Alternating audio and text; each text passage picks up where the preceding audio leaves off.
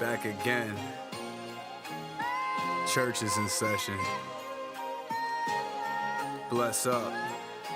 Film, church, worship. Talking with creators, not allergic to the work. And speaking sound with resignation. Finding purpose and patience. The scribbles filling the pages. To meaning targets to be shot. Can't waste the ammo with complacence. Demons and angels remain in battle for angles. Stained glass light leaking shadows of strangers. Comatose roses only frozen in danger. Listen to the gossip, lose your life to a wager. Cool. This is like my first official one. Okay. And so it might feel a little rough. We got one camera going, but right. We'll make it work. So really I kind of wanted to get into like your career past, what you've kind of like had to do to get to where you are today with the amount of credits that you have. And I know IMDB doesn't do justice. I mean, a lot of stuff's, gets thrown around on there, but like, what brought you to Wilmington and the film industry here? Well, funny enough, I was driving around the country with a couple of buddies. We left home and wound up in Colorado for like 2 months. And they're like, let's go to Wilmington. So you were in the industry? No, I always had this dream of living in the mountains, and my buddies were the same way, and they were both in the Marine Corps, and they had just gotten out, and they're like, hey man, we're living in New Jersey. It's where I grew up. Cool. And they're like, man, let's get out of here. So we did, and made our trek out to Colorado, and found some work out there doing construction, and December rolled around. Everything snowed and it froze up. So we couldn't work. So my one buddy had a brother, and his mother lived here. And I had been here once before, going down to Myrtle Beach on my motorcycle. Nice. That was a long time ago. And I was like, oh man, we could have just drove down there first instead of make the 3-day trek out to Colorado. But that's cool. Yeah, let's go. So drove down here, another 3-day trek. Across the U.S. from Colorado. Loved Colorado. Beautiful place. Absolutely gorgeous. Yeah. Got here, drove into town. It was like 8, 9 o'clock at night. It was dark. It was December 20th, actually, in 1993. Wow. And I just drove into town. I was like, I think I'm home. This is all right. And never left. Wow. And found a job a week later, framing houses. So, doing a trip like that, I mean, you're young at the time. I mean, you're young now, but yeah, I was only 22 at the time. I think 23. Yeah, I was 23. So just driving with your bros. Yep. Just go find a new place to settle down. We were camped across. Big campers. We always didn't stay in any hotels. We just pitched a tent and side of the road, found a spot, pitched it. We didn't know where the hell we were. Dude, you gotta love your 20s, man. That's like the best time. Oh, absolutely. No real agenda. It's like, let's just go hang out these places. Yeah. We got lucky the whole time, We got lucky to stay out, where we stayed in Colorado was with my buddy Andy's friend from the Marine Corps. He said, yeah, man, just come stay with us. We're like, all right. And that house was crowded. Yeah. And he was dating this girl. And she's like, look, my place is paid for like 6 months. I live here now. She goes, go use my place. We're like, all right. So the funny part about that place, she didn't tell us how big it was. And there's 3 of us. There's 3 guys, She's like, yeah, it's 1 bedroom. It's got a kitchen, living room, and all this stuff. And when I tell you it's small, it was like the size of a caboose. Like for real, the size of a caboose on the side of a mountain that overlooked one of the highways, just coming outside of Denver. And we're like, and funniest thing was the bed was a short bed. because she was only like 5 foot tall. Yeah. And the bed was short, so we would rotate like every 2 days of who slept in the bed. But all of our feet like hung off the end of the bed, and the couch was real small, so no matter what, your head was on an arm, your feet were always up. And the other guy got the floor. So whoever was on the floor got the bed next. My back hurts just thinking about that. It was rough, man. Yeah.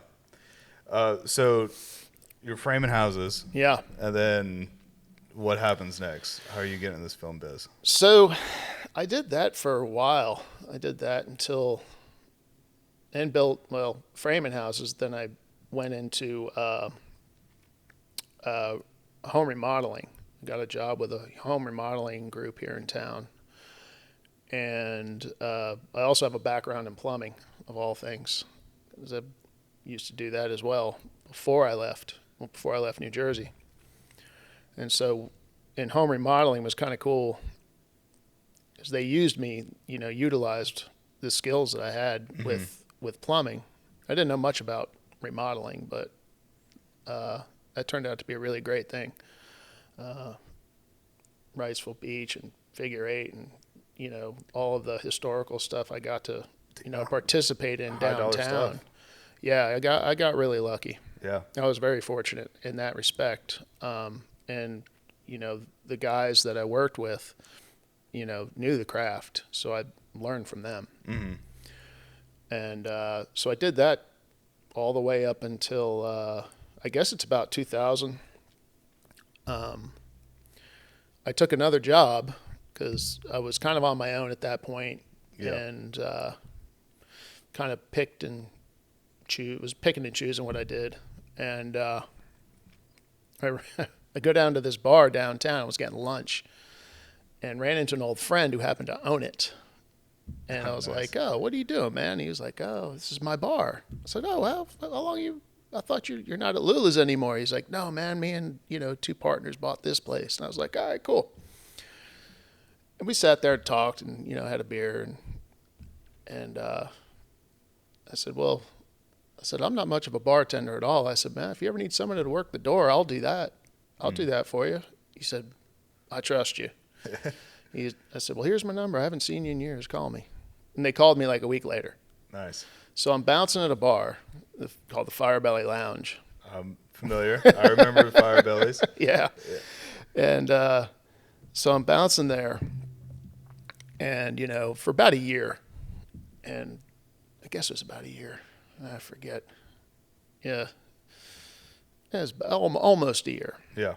And these guys kept coming down. And I don't know, who they are. And, I'm working the door and taking money. And I always said, "Oh, I'm a friend of Jay's." And Jay was one of the owners of the bar. He was also a grip. Oh, I know Jay. Yeah. Yeah. And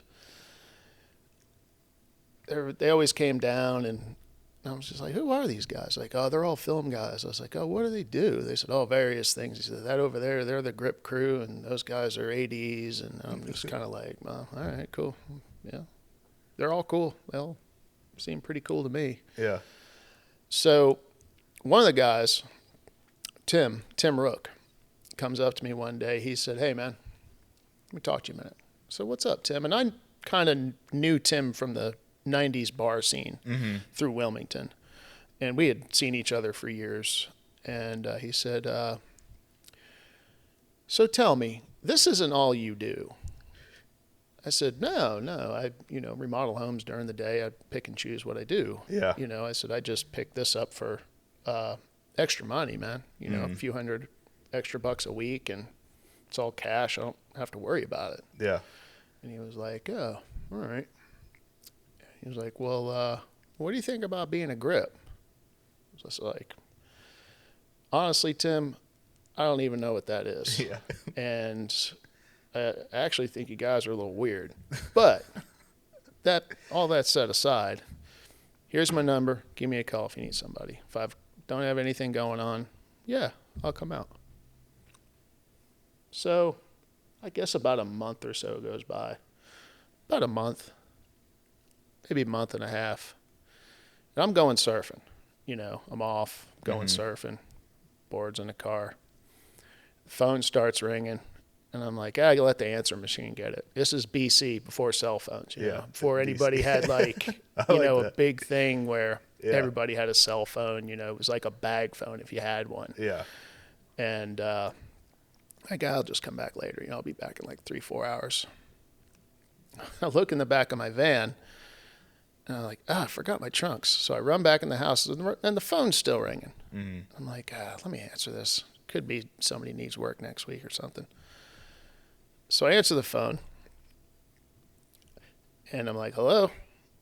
Like, I got him on the phone. I'm like, the hell is this? He's like, Ritchie. I said, yeah. Hey, this is Tim. Oh, hey, Tim, how you doing? I didn't think, I never expected a call, honestly. Yeah. I said, well, what's going on, Tim? He said, hey, can you work this Friday? I said, yeah, what time? He said, well, there's this guy, Henry, who's going to call you, Henry Azell. Yeah. And I said, okay, he's going to call you with a call time on Thursday. I said, all right, well, do you know what time he's going to call? He said, no, we won't know. All right. Well, I guess I'll wait for his call on Thursday. I don't know if this is going to be in the morning, the afternoon, right? Or so you're whatever. Just sitting by the phone all day. So I'm like hanging out in the house all day. I'm like, I was like, well, I guess they'll call at some point. Yeah. Or I'll call Tim or something. I can't really, call him. Yeah. So eventually the phone rings. I don't know what time of day it was, and he's like, hey, is this Ritchie? Phone finally rings. Hey, is this Ritchie? I said, yeah, this is Ritchie. Say, this is Henry. I was like, hey, Henry, how you doing? It's like, good, man. Hey, you're available tomorrow? I said, yeah, I'm available tomorrow. What kind of time are we talking about? Well, can you be at it was the old Ace Hardware on Castle Street, and it's a boxing gym now. He said, can you be there at 7:30? I said, yeah, sure can. I live around the corner. He's like, all right, cool. He said, I'll see you there. Be a little early for breakfast. I'm like, all right, cool. So that kind of started it. Wow. Yeah. So that was Dawson's Creek? Or no, that was a show. That was a show that was coming through, and it was a road show called Going to California. Mm. And I guess there wasn't a whole lot going on here at the time. Yeah. It was kind of a one-show town, and this show came in, and it was kind of a big deal. And then they were actually going to go across country to California and keep shooting. Oh, really? Yeah. And they did eventually. Dude, that sounds like a logistical nightmare. Yeah, I would, back then I'm green. I don't know anything. I'm like, can I go? They're like, no, they won't let us bring you, man. All right. It's kind of it was a bummer. Yeah. But I was like, all right, I guess I was there. I guess month and a half, I got a day. Next week they called, and they were like, can you come in Friday again? I said, yeah, absolutely. I'll come in Friday. All right, cool. Be at this location at this time, and or I'll call you Thursday for a call time. Like, all right, great. And then we wrapped that day, and like, can you come in Monday? I said, yeah, I come in Monday, sure. And at that point, I'm like, man, what? I don't really know what's going on here, but it seems kind of cool. Everything kind of made sense. Yeah. With the work, work-wise, mechanically especially. Well, you were working on set though. You weren't like rigging. No, right? I was right on set. You know, I had no idea that at that point in time that there was people ahead of us. Yeah. I was very clueless. Yeah. My first day that I went to the Ace Hardware, and I get there, and Tim goes, okay, come on, I'm gonna go through the gear with you. I was like, all right, well, where is it? He said, oh, it's on the truck. I'm like, oh, okay. So tailgate comes down, they open the doors, and I really don't know what to expect. Yeah. And there's just all this gear in aisles and just everywhere. And I'm like, okay, so how much do we unload? He goes, all of it. I was like, all of it? So we're going to unload it all? He said, we're going to unload it all. I said, okay. And I'm looking at it, and it seems kind of like a a lot of stuff, but I have no idea what the heck we're doing here. Yeah. So I can just imagine. Well, I mean, we've all been there. You know, grips first starting out, and you're not really familiar with any of the gear. None of it. You look in the back of a truck, you're like, what is any of this? Yeah. You know, like crazy contraptions like chain vise and clackers and butt plugs. Yeah. But yeah. Now they're adapters. Yep. We have to be 2023 now. Yeah, No more butt plugs. You know, there's a few pieces of equipment like that these days. Yeah. That we can't, call them what we used to call them. But that's fine. It's their original name anyway. We call them. Yeah.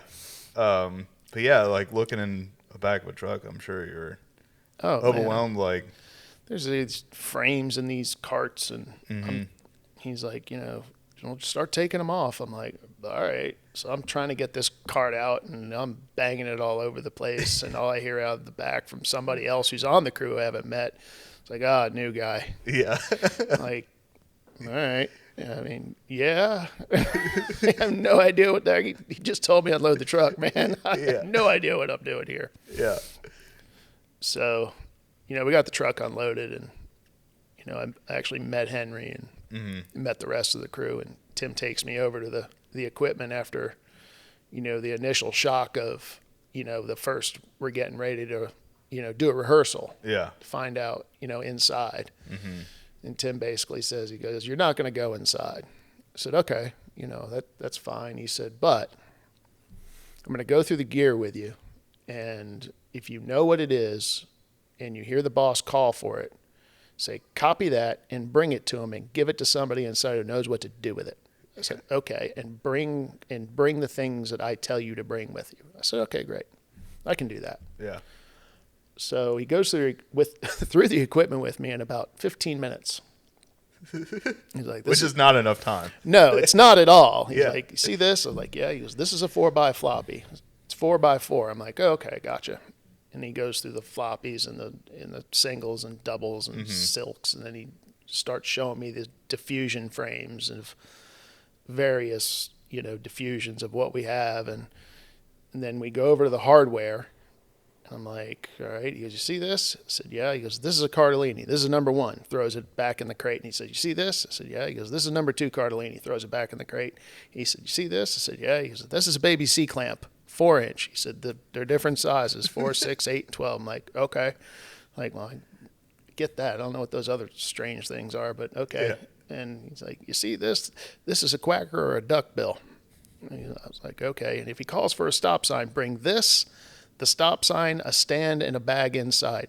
The little shop bags go inside. All the other big bags stay outside. Yeah. Okay. Okay. Oh man. I mean, just it was overwhelming. It was. Yeah. So, they're doing the rehearsal, and we go through all this stuff, and I'm like, I got to go look at all this stuff again and try to figure out what in the hell this all does. And he, we went over C stands, and he was like, "This is how you open them. This is how you close them. Bring them in open. Don't hand the boss a closed stand. You have to close it up to get by people, but don't worry about that yet. You're not going inside. Just follow somebody with a shop bag inside and just stand by. Yeah. Or just leave it there." Yeah. He said, "That's what you do." Okay. Okay. Well, yeah, to get the gist of it, just kind of watch, because it's a different world. Oh, completely. This isn't like, I mean, it's like a mix of like construction, and then it's a mix of like, you're almost like a band too. Yeah. Yeah, absolutely. Everyone's like playing a different instrument and stuff. You're all kind of working together, and so just being thrown into it, it's like, dude, good luck. Yeah, I mean, it was it was embarrassing too. Yeah. The first day, because my whole mindset was like, okay, a grip. Well, come later on, I find out that the grip is not the boom operator. Yeah. Well, it used to be, right? I don't know. Yeah. I guess it did. Well, I think I'm pretty sure that was a thing. I'll have to look it up, but Yeah, back in the day, I think it was like maybe around like 70s, 80s. It like the studio days and stuff, and even like on location, if the boom op's like sick or something, a grip would take it over. Like that was sometimes a grip responsibility. Oh wow. Yeah, I didn't know that. I could be talking out of my ass. I have no clue. That's But all right. somebody told me that before, and I was like, sounds right to me. Yeah. So, I mean, I dig it. yeah. I mean, I would hate to be that guy. Like, oh, great. I'm holding the boom all day. Yeah. Awesome. And, when I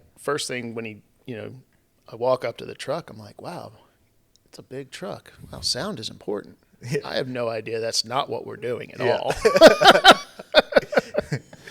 It's really...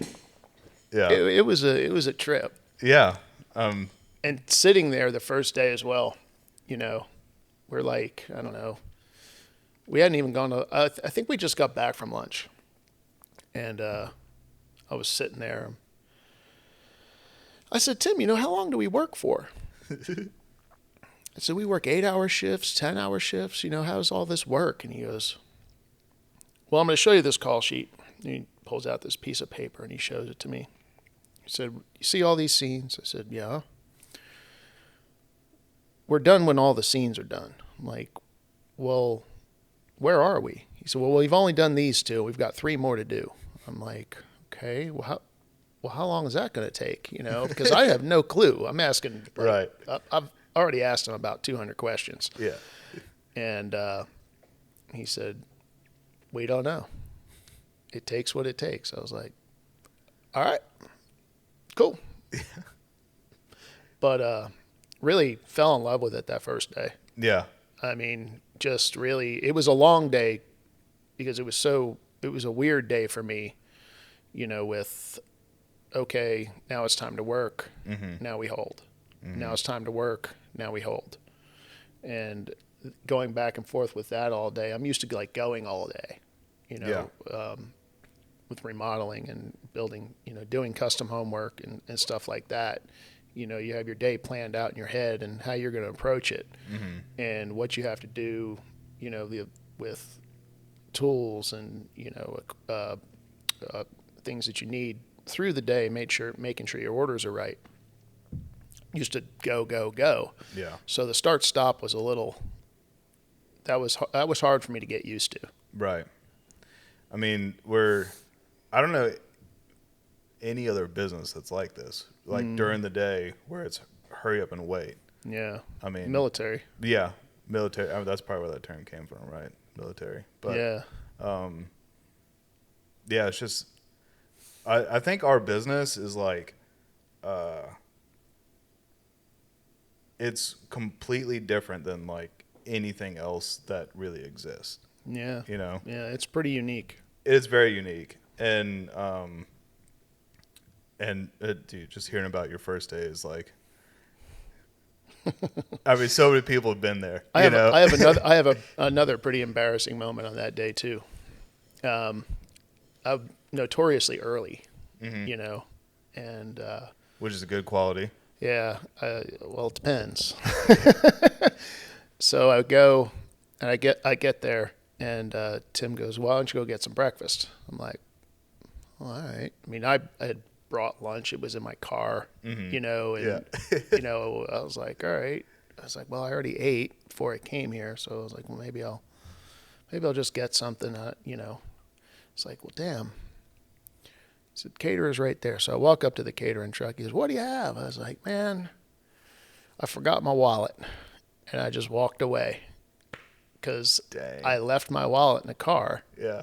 And I was like, I don't have any way to pay these guys. Yeah. So I just didn't say anything and walked away. And so lunch comes around. I was like, oh, Tim, I got to get my wallet. He goes, for what? I said, we're going to lunch.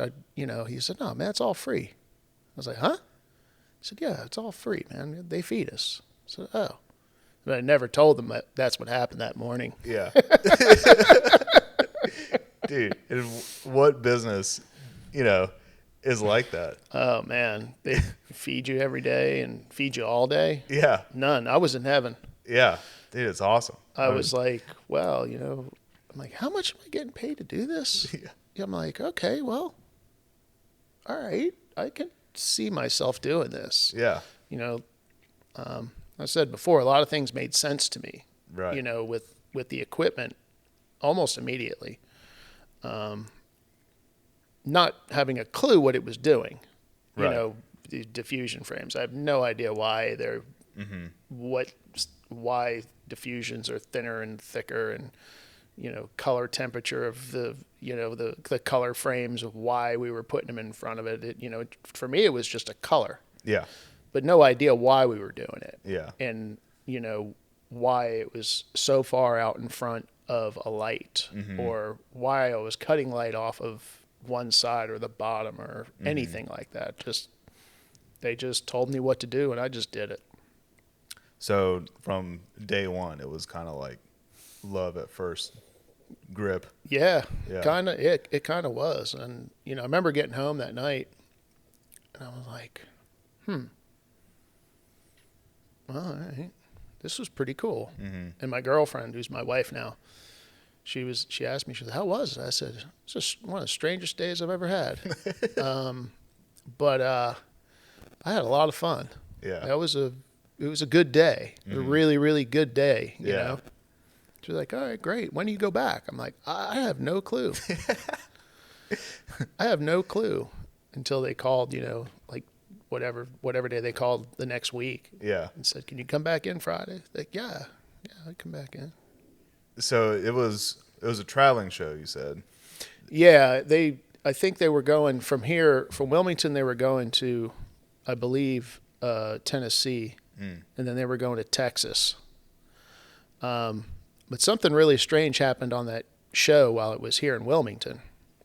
So at the time, the crew that I was working on was the Dawson's Creek crew.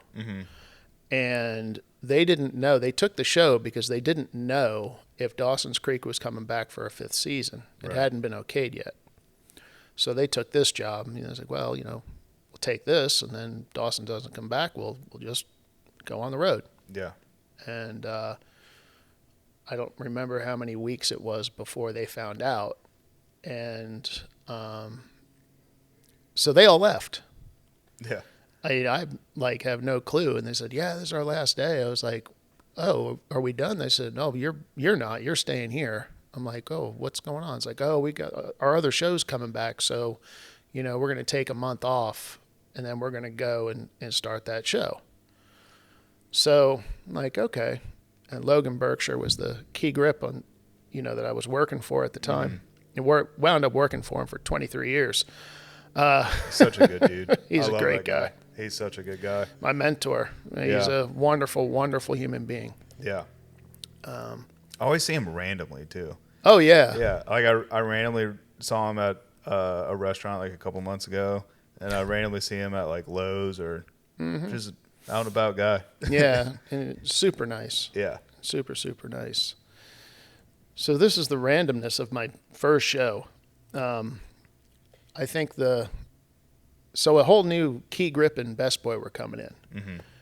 And I believe the next one was Dennis Zoppi Okay. had come in to take over. Yeah. So Dennis comes in, and I think his Best Boy was Kelly Curry. I think that's his name. I don't know if he's in the industry anymore. And so I met them and a whole new group of people, a whole new group of grips. And I'm like, all right. So I worked for them for a few weeks, and then Dennis got another job, and he quit. And then Dacius Thomas came in, and Steve Skinner was his Best Boy, I believe, at the time. Oh, wow. And so I worked for 3 key grips on my first show that were all from in town. And they were all people that I would work for later in my career, you know, and all in like a month and a half or something like that. And all those dudes are still at it too. Yeah, absolutely. Awesome to see. Well, Dennis is retired now. Oh, okay. Yeah, he finally retired. Gotcha. Yeah, Dennis retired. Dacius is still going. He's doing great. You know, hats off to him. Dude, that guy gets it. Yeah. I mean, his gear is impeccable. Yeah. All the time. Oh yeah, It's they spend a lot of time in maintenance, Yeah. keeping that gear going, because your gear is your life. If you own the gear, that's your bread and butter. Yeah. That's what's going to get you through a show. Yeah. If, you have gear and then you don't maintain it or take care of it, I mean, you from number one, you look real bad. Yeah. And especially when it's on set and, the hammer's kind of down, like, hey, this piece of equipment doesn't work, guys. I need another one. Yeah. And then that takes a few more minutes and they bring you another piece of equipment and it's like, guys, this one doesn't work either. What's going on? And all of that starts to go. Yeah. And the director of photography is waiting on you. The talent's sitting there waiting on you, and The AD's getting antsy and yelling and yeah, it's like, what's going on, guys? And it's like, Yeah. Just 1 second. It was like, just had a slight malfunction. Yeah. But I've never worked for Dacious, but I've worked second unit on things when he's doing first unit and stuff, and I'd pop over and his guys are cleaning. Yeah. They're cleaning, making sure stuff looks good. Yep. Like, he figured it out. Yeah. Yeah. And you have to. Yeah. I mean, even when you rent equipment, when you go into a rental house and rent equipment, the first thing, you have to do as a crew is go through it, because they'll pull it. And then you get it and you're like, okay, guys, go through all the stands, go through all of the Cardellini's, go through all the Cheeseburros if we're getting those, go through this stuff, make sure it all works. Yeah. Make sure the brakes work on the C stands and make sure they work on the Mambos and the combos. If there's anything that's stiff, let's see if we can trade it, Yeah. Because like I said, on the day when you have to use it, it's always that one last Mambo that's like, okay, well, we'll get it later. Then you wound up having to use it. Yeah. And it's, first riser's bent. You need the first riser. You Yeah. need like 2 more feet Yeah. on a Mambo. And you're like, oh, God. And it's like, you got any more on that? No, sir. It's full stick. Yeah. And then they're looking at it like, It's that not should be able to go up another foot. Yeah, it doesn't seem to be the same height as the one next to it. Like, yeah, I don't know what's going on with that. He said, but he says it's as high as it'll go. Won't go any higher. Sometimes All right. you got to play that game, Yeah. Yeah.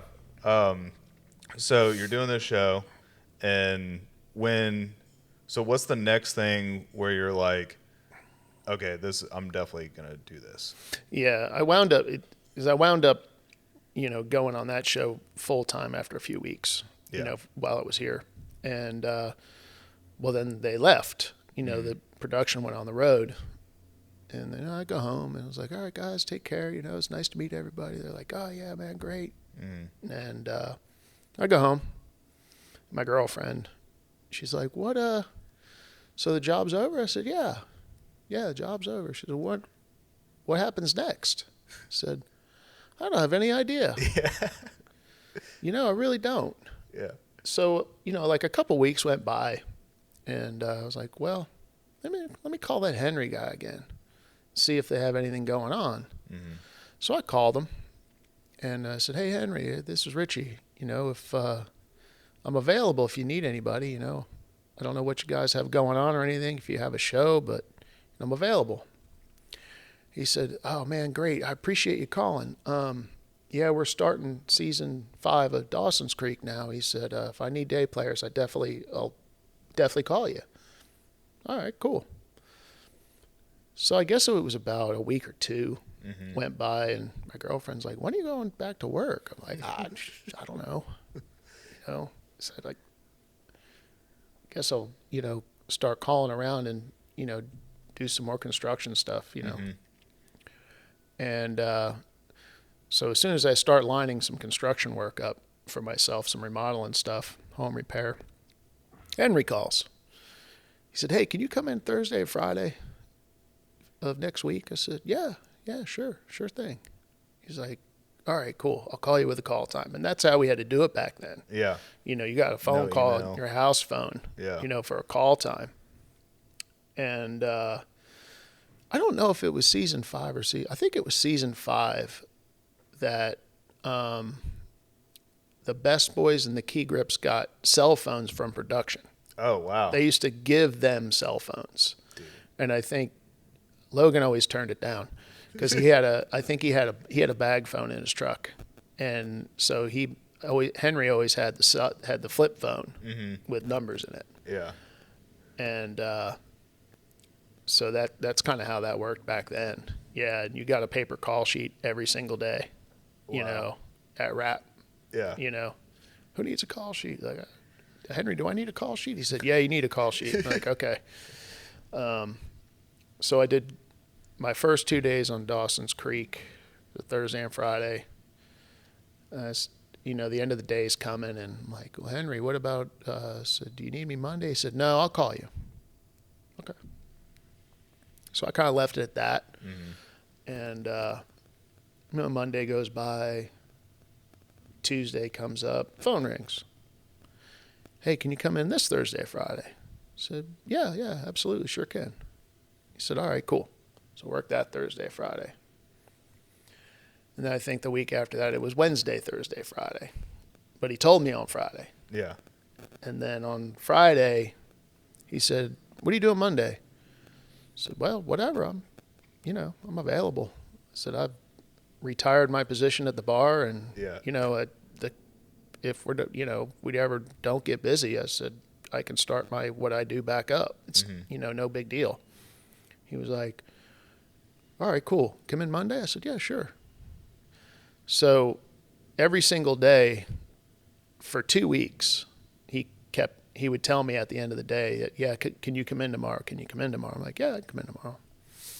And then finally on a Friday, payday, I said, Henry, he said, yeah, what's up, Ritchie? I said, hey, do you want me to just keep coming in until you tell me you don't need me? He said, let's do that. I said, all right, cool. Yeah. So, you know, I went home and talked to my girlfriend. She goes, so what's going on? I said, well, I guess I don't really know if I'm on there full time, and I have no idea how long this job lasts. I have no clue whatsoever. Yeah. Well, that's like the best. You know, you're just kind of living by the moment too, and learning, figuring out, learning, and really learning. Yeah, that was a very well run show. Yeah, it ran very, very smooth. You know, everybody knew what to do. And if, you know, you kind of knew, I mean, everybody screws up. You're going to screw up in this industry. Yeah. No matter what department you're in, you're going to screw up. Yeah. And I had my share of them. Yeah. I thought I was really cool once, and this was on Dawson's Creek. Logan calls for a pork chop, and that on a Fisher dolly, it's a front low sideboard. Looks like a pork chop. So he calls for a pork chop. So I'm like, and I didn't know what it was. Yeah. I had no idea what it was, but I knew it was a dolly part.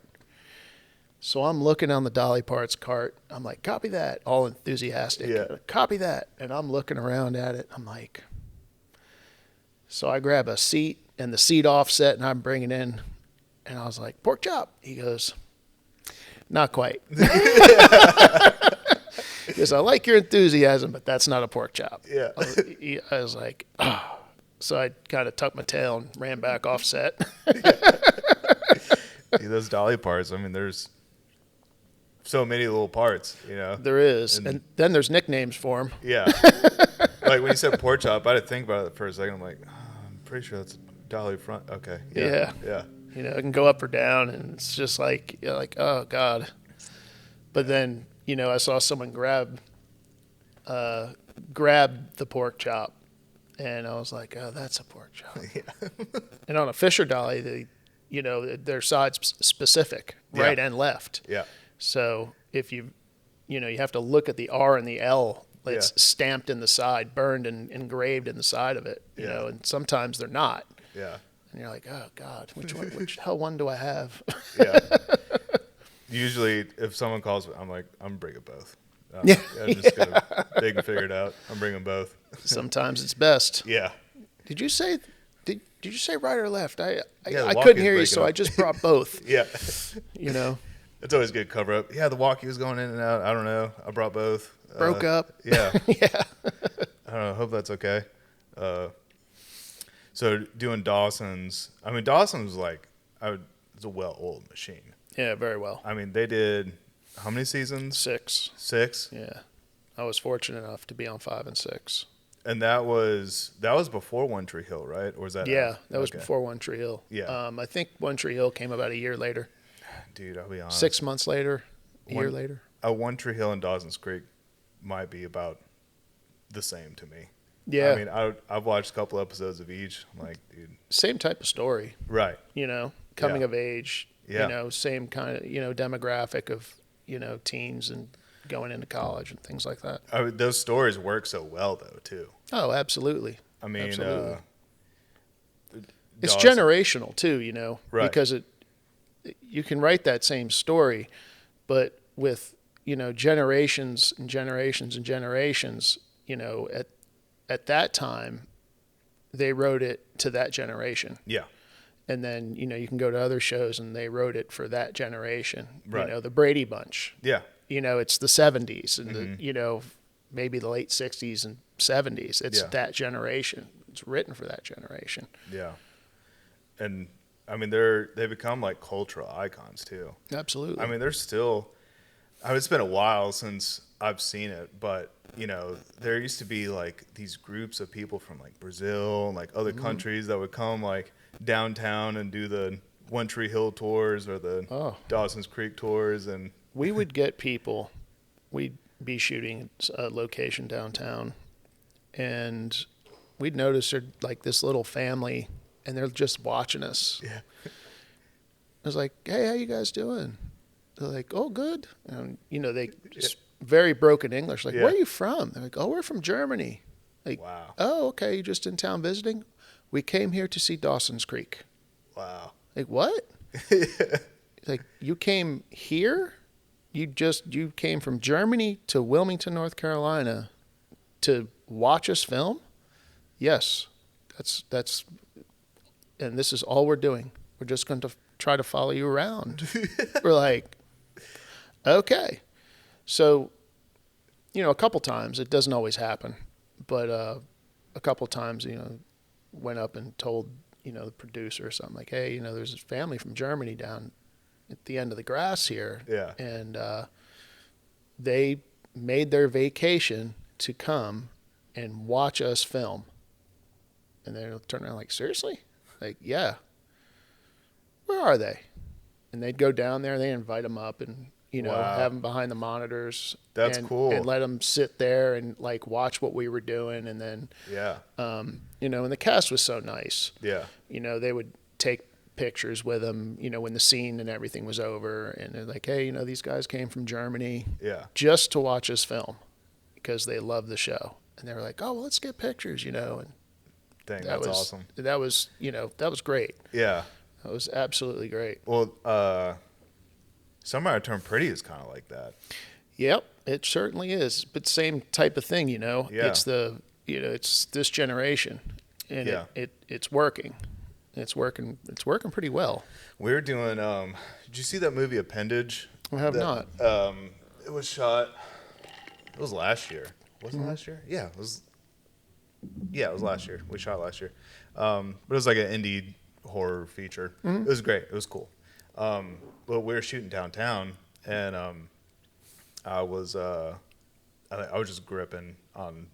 I was doing grip or electric. I was doing both. Yeah. And it probably every 10 minutes someone would come up. We're shooting downtown. They're like, "Hey, is this Summer I Turned Pretty?" Like, no, this is kind of like a indie horror movie. You may not be Yeah. into it. Yeah. Like, but it was all like teenagers and like moms Yeah. and stuff. We're like, "Whoa, what are you guys doing?" Yeah. Like, yeah. sorry, it's not what you think. Yeah. Sorry to disappoint. It's funny, man, because after a while, you know, the first season we shot The Summer I Turned Pretty, you know, nobody knew what it was. Yeah. You know, no one had heard of it. And you did you best on that? Yeah. Cool. Yeah. And and people would just kind of walk by and like, well, what's the show? It's like, oh, the summer I turned pretty. It's gonna be on Amazon. And they're like, oh, okay. And they're like, oh, never heard of it. Yeah. Like, yeah, well, it hasn't been released yet. We haven't shot it. Yeah. But you will. But you will hear. I mean, about it turned into a big thing. It right? did. Yeah, it did. I believe, I don't know how many weeks it was, but after the first season was released, I believe it was a #1 show on Amazon for a while. Wow. And then, we shot season 2 last year. And, there comes a time when you get on a show, when you're doing a show, after its first season release, I always call it the goldfish in the goldfish bowl. Mm-hmm. And I'll get on the radio. I'm like, okay, guys, we're the goldfish in the goldfish bowl now. And they're like, what are you talking about? I said, look around you. There's people, like, we're being watched by people who like this show. Yeah. And it's not just like 5, 10 people. It could be 30 people, 50 people. It could be a lot of people. Right. They're taking pictures, and, it's like, keep your wits about you, everybody. Yeah. Because we screw up, someone's going to have a picture of it.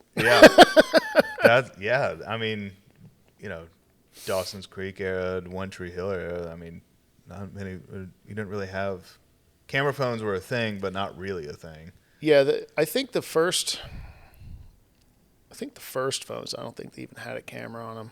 I mean, they were. I guess, well, maybe they did, but the quality, the video, the image quality was like, it was on this little screen. If it was 1 inch by 1.5 inches by an inch, it was a lot. I remember I had like a flip phone from Verizon, and it had a camera on it. I'm like, dude, this is a game changer. This is awesome. Mm-hmm. And I mean, yeah, it totally looked like shit, but at the time, terrible. It's like, dude, this is amazing. It's like, it's 0.8 megapixels. It's 1.2 megapixels. New thing, 1.3 megapixels. Yeah, you're like, oh, cool. Yeah. But yeah, those like coming of age stories. I mean, OBX is kind of like that too, right? And I believe so. Yeah, it's very similar. Yeah. But it's an Outer Banks demographic. Yeah. But it shows a different. The way kids grow up there. Yeah. The Pates wrote that, and it's taken off tremendously. It's a great show. I've always wanted to talk to him and ask him, which I probably will never happen, but the #1 question I'm going to ask is, why did you write that there's a ferry that goes from Chapel Hill or whatever? It was Hill. Chapel Hill to, like, dude. Yeah. Why did you do that? It's funny because I was watching that episode when the show first came out in the first season. I was like, oh, yeah, we got to get on the ferry and get to Chapel Hill. I'm like, okay, well. But I read an article later, like I think it was like a year later, because I laughed about that for a while. Yeah. I read an article a year later about that, and they said, well, it was implied that they took an Uber. Oh. I was like, oh, okay. Gotcha. Yeah, but why? Why did you do that? Why didn't you say, oh, we got to take the ferry, then hop in an Uber and go to Chapel Hill? Yeah, like, there's no telling. Yeah. I mean, that's one thing about North Carolina is like, dude, we love our geography over here. Absolutely. And if you're going to say that you're going to take a ferry from the Outer Banks to Chapel Hill, and we all love the show because it was shot here, it's like a unique thing. Like, yeah, it is. Making shows and movies in North Carolina is, it's not L.A., it's not New York. Like, it's an anomaly, but it's, there's growing crews and stuff here. But we have a lot of pride in our state. Oh, absolutely. Yes, absolutely. You can't take a ferry into the middle of the state. That's correct. Just saying. You can only get up the Cape Fear River so far. Right. Right. Until you need a canoe. But that's all shot in South Carolina, right? Yeah. That's Charleston. It's shot in Charleston. And this year, they were going to come up and shoot a bunch of stuff up here. Yeah. Up in Wilmington. But, we have a little strike going on, so. Dude. It's that's one of those things. I don't think a lot of people understand the effect of the strike. You know, the writers going on strike and the actors going on strike. You know, understanding why they are both doing, why both unions are doing it. Yeah. And why both parties are totally legit in doing what they're doing. Yeah. But, you know, with, you know, our local film crew Yeah. and film crews across the United States, you know, and there's an awful lot of us. Yeah. You know, a lot of people are, they're hurting, you know, because, you know, there hasn't been work since May or April. I've got friends that haven't worked since November. Yeah, and that's actually, I was lucky enough to do 2 weeks on a show that was in town that shut down because of the writer's strike. And before that, it was November. Yeah. So I've got 2 weeks. It's insane. Yeah. This year, 2 weeks of work. I mean, I understand why they're striking. I get it. Yeah. Especially from, like, you know, getting residuals as a TV writer, you know, per episode, per view type of thing. Mm-hmm. I get why they want to strike, and I get why actors want to strike, especially with all that AI stuff that's going on. And yeah, the AI thing's a big deal. it's scary. Have you seen the new season of Black Mirror? I have. The first episode? The first episode. Yeah. I mean, I watched this first episode because I get the updates because I love Black Mirror. Yeah. It's absolutely fantastic. It's perfect. And I was like, oh, sweet, new Black Mirror is out. Yeah. And I'm watching it. I'm like, wow, that's heavy. Yeah. 2 days later, 3 days later, they go on strike. The actors went on strike. Now, is that a coincidence? I don't know. Well, it's Netflix too, Right. which would hinder their whole, you know, this is what they're fighting. Right. Streaming, right? Yeah. We're going to tell you what we're doing by a show Yeah. that exploits I don't know. It's like it's crazy. It's a conspiracy. Is what it feels like. It's a weird. It's an oddity. Yeah. It's really an oddity. Yeah. You know, and there's no. You know, we all know there's no big supercomputer that that's going to do all this. You know, they created the technology. Right. But it's that's the scary part. Yeah.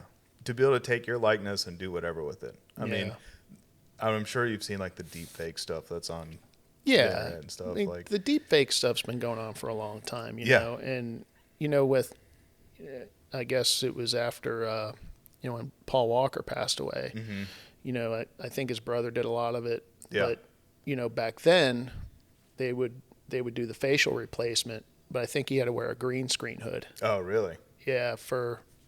I think they were wearing green screen hoods to the drivers or whatever. Oh, gotcha. And, they just replaced him. Yeah.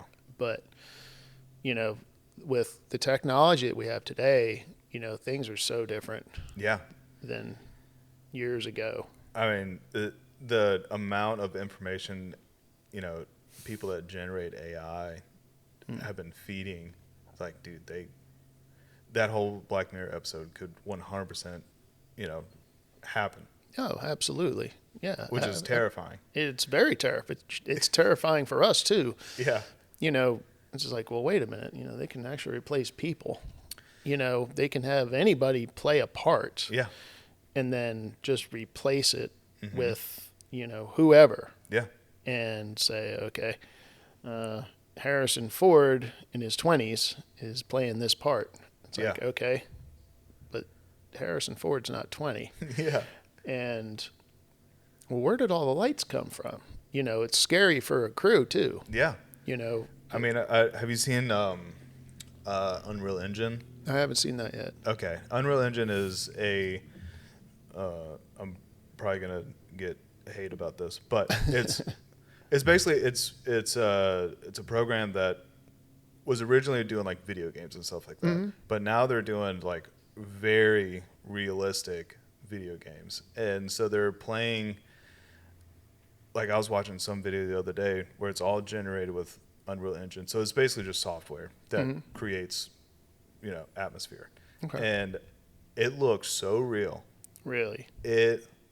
I thought it was being, duped or something. Like, Right. this is Unreal Engine, 10.0, Right. and it's a video game, but it looks like real life. Like they're really figuring it out. And I'm looking at the lighting. The lighting looks great. It looks natural. Like they're kind of outside, inside, and so the exposure is like perfect. Like it looks like our eyeball. Wow. And then you're gonna mix that with AI.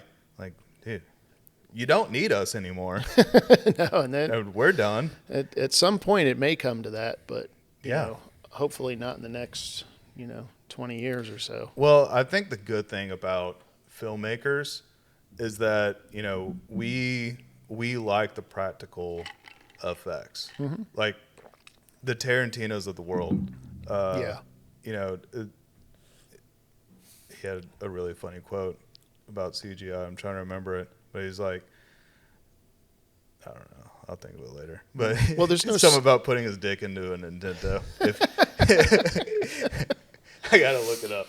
Well, there's there's no soul in it. Yeah, You know what I mean? yeah, And there's no feel yeah, to it. Like you can shoot it all day or however you're going to do it, but there's just no feel to it. It's the lack of human, right. the people being there, and when you're sitting behind a dolly and you're watching a scene and you're watching a monitor and you're listening to the dialogue and you're like, wow, that was incredible. Yeah, I've gone up to actors and I'm like, man, that was incredible. yeah, You guys really nailed it. I'm glad I was here to see what you guys, just your performance. there's something about that, like the emotion behind it. Like you're not gonna be able to get that with AI. Oh no. You're gonna be able to generate some bullshit, whatever, turn Right. it on, get the ads, get the subscribe, whatever. But it won't be real. But it's not gonna be real, and we're all gonna know, and most of us aren't gonna like it. I would hope most of us wouldn't like it, Yeah. but Yeah. we're different though. We like lights. Yes. We like cameras. We We do. like human interaction. We like, being on set and getting yelled at. Well, not all like that though. It's not always. We're not always in the weeds of like, where is it? Yeah. It's not always like that. There's times and there's people, lots of personalities, very colorful. Throughout the industry. Yeah. Everybody's heard stories upon stories of colorful people being in the industry and being fired, and it's like, oh, good, great. But as a whole, it's a joy. Yeah. 99% of the people are just wonderful. Yeah. They're wonderful to be around, and they're appreciative of what you do. And as being a grip in this craft of filmmaking, someone, anybody saying, hey, thank you very much, you guys did great today. That's a great feeling. And it's a wonderful feeling. Yeah. And it's important Yeah. because it's going to make everything go smoother. If you have the people above you appreciating you, you're going to show up every day. Yeah. And in life, that's a big thing for to have that feeling of appreciation. Right. And big deal. Yeah. And you don't get that with AI. You don't get any of that with AI. No. No. I'm honestly really curious, like, when is this strike going to end? Yeah. That's another weird one. My mother, she called, I guess it was a few weeks ago, and she says to me, oh, the strike's over, the strike's over, the strike's over. You're going back to work. I'm like, well. I got the same calls too. Like, Mom, I said, only half the strike is over. Yeah. She's like, well, you're going to go back to work. I said, well, the writers are going to go back to work. Yeah. She said, well, aren't the actors and writers together? I said, no, Mom, they're two different unions, you know? And she doesn't know. Yeah. You know. And who would? Yeah. Yeah, exactly. I said, you know, the actors have to get their deal done. And then, you know, at some point, once that deal is done, you know, I think there's a couple of productions kind of ready to go that have maintained offices and things like that. But any other production that wants to start, you know, they have to find an office, open an office, get everybody going. You know, construction has to start. And for, you know, a rigging crew would start a bit before the regular crew, the shooting crew would start. You're talking 4 to 6 to 8 weeks before a shooting crew even starts to prep. Yeah. Getting things going for a show. Yeah. So next year. Yeah. You know, I mean, if it all came down tomorrow, we're 6 weeks out. Yeah. Like minimum. Yeah. Depending how big the show is, you know? Yeah. And so indie, I think you and I talked about this a while ago. Like the indie stuff was really popping off. Right. Like the past year, it was really popping off. Even like last year, there's a bigger need to fill just because of like Tubi and Pluto and these other like kind of free platforms that, you know, their QCs, like there almost isn't any QC. And so, you know, you can shoot a movie on whatever and if you have a final product, you can put it on a platform. Yeah. And so people are turning, you know, it's like minuscule, but they're turning like a $20,000 budget into 6 figures. Yeah. Yeah. Which is crazy because Tubi's like, you know, 47 cents on the dollar that they pay on their ads. And so, really? Yeah. But SAG started cracking down on it. Oh, did they? Yeah. And so they're making it, if you use a SAG actor, I mean, it's impossible. I mean, you can't do it. Yeah. I mean, you can do the interims or whatever and, you know, do the right paperwork and stuff. But even then, they've got all these, like, stipulations and stuff like that. And I feel like they're just making it hard, which, you know, they're trying to keep solidarity and stuff like that. Sure, but, sure. You know, and I get it. I understand their fight. And I agree with them, but I feel like these unions don't really look out for below the line people. No, you know, it's one of those deals. It's, I always thought that, you know, as far as the indie stuff goes, just leave them alone. Yeah. Just, you know, this is the deal. Leave them alone. Yeah. Don't harass them. You know, they've got $40,000. Yeah. Like, you know, they've called in favors, you know, they work in the industry and, you know, they've spoken with, you know, people in the industry, producers and actors and, you know, very nice. And it's like, look, you know, I got a script. Would you look at it? You know, would you want to maybe do this with us? Yeah. You know, I think they need to leave that alone. Yeah. They need to leave that kind of stuff alone. Agreed. Because everybody's just trying to make an honest living as far as that goes, you know. An honest living and also like leveling up too. Yeah, absolutely. And the industry's tough to level up in. It is really tough. It's very tough. And you know, unless you're going from, you know, an electric to a gaffer or a grip to a key grip, I mean that's pretty possible. You know, put into hard work, learn the information, get good, figure out what you're doing on set, know, you know, why you're throwing up diffusion, why you're putting that light over there, figure that part out. And over time, you can level up.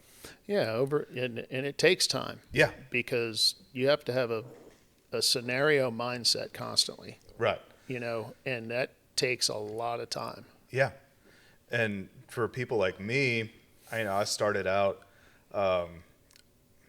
extras casting, but you know, I loved lighting and I wanted to learn more about lighting because I knew I wanted to be a director of photography. Right. And so I started out like, just begging to be on grip set, or, working as a grip on set or electrician and stuff like that. And then, but now I'm like, all right, I want to start making that transition to DPing some stuff. Right. And I feel like I have, a base enough knowledge that I can make it work on set.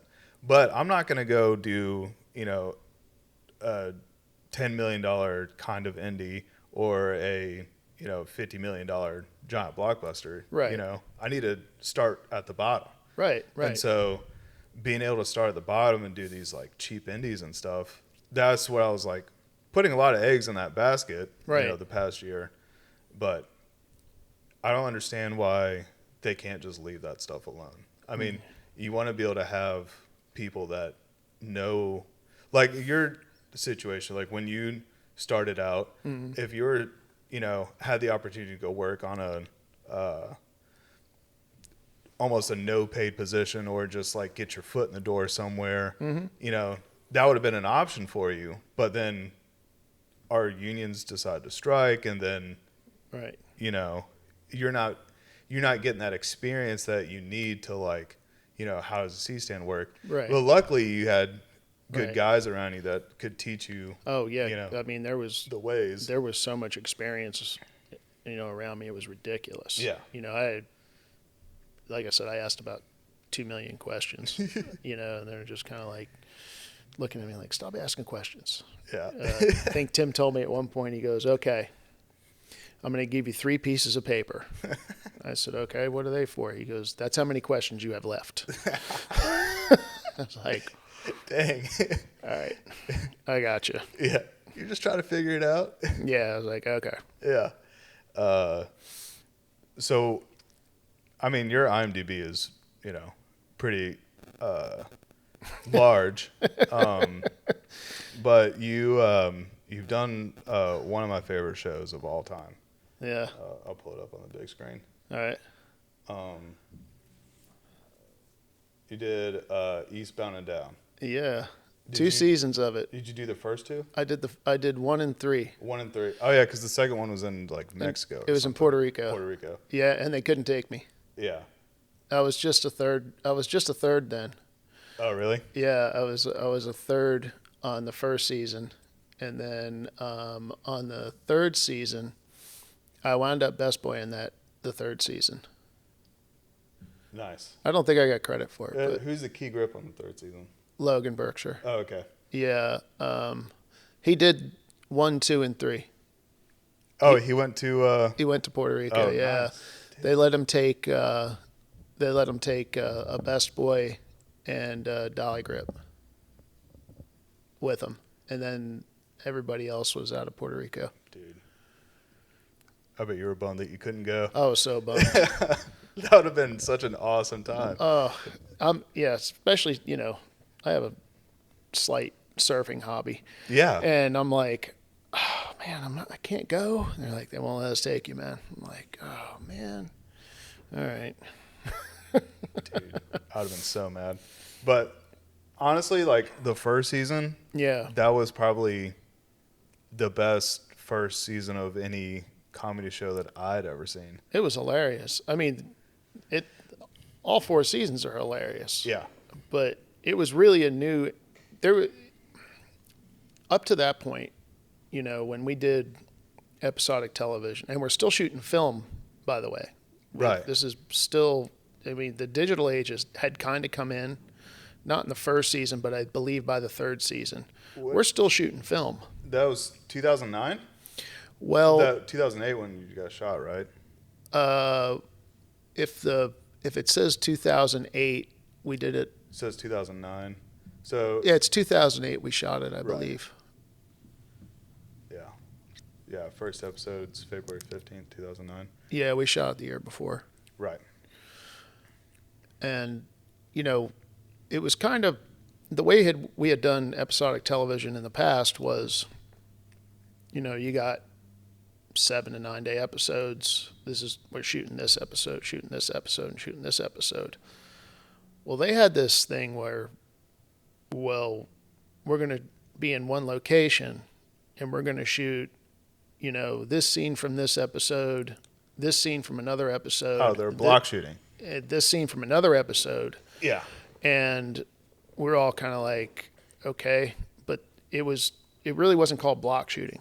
Okay. Back then, not that I'm aware of anyway, but they, we kind of, it was just a weird way to do it. We would shoot like 4 different episodes at a location and then have to wait for changeovers because it's a different time and, would it work? The interiors were pretty easy. Yeah. We obviously couldn't go from a regular day to Christmas Day all of a sudden, but it's a huge set dressing changeover. Right.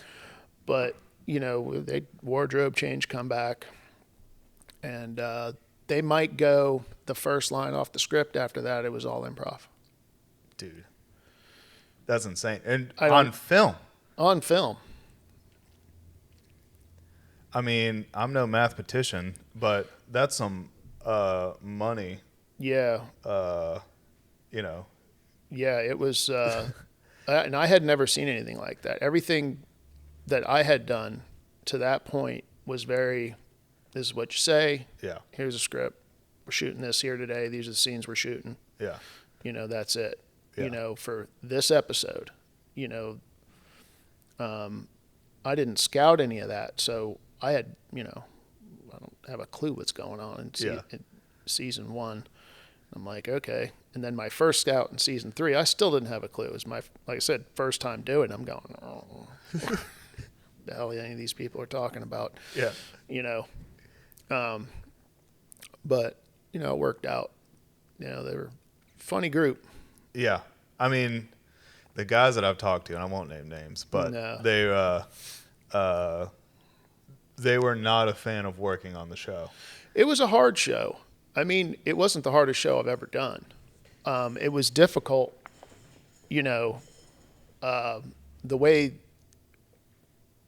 they shot was difficult. For a crew that's not used to that style of what they were trying to accomplish. Right. Which made it difficult more for the crew. Yeah. Like, all right, we're going to do this. And it's like, well, wait a minute. Is there a plan? It just never. They had a plan. Yeah. We kind of had to try to learn how to adapt to it. So Right. the first season was pretty rough. Yeah. Crew wise, that's used to like a very established way to do things, But it was like long days though too, right? I mean. Yeah. Days were long. Yeah, it'd be 14-hour days, 16-hour days.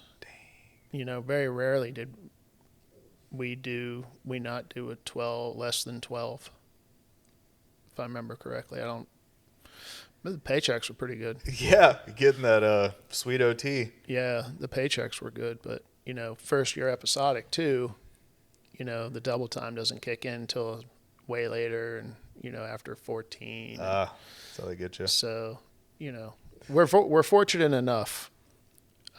It's a very fortunate thing that it's established that we get time and a half after 8 hours. Yeah. And not, we don't do 40 hours and then they start it afterwards. Right. You can go to work for, as a day player for a couple of days and work a 10, 12-hour day, and you can make a living. Yeah.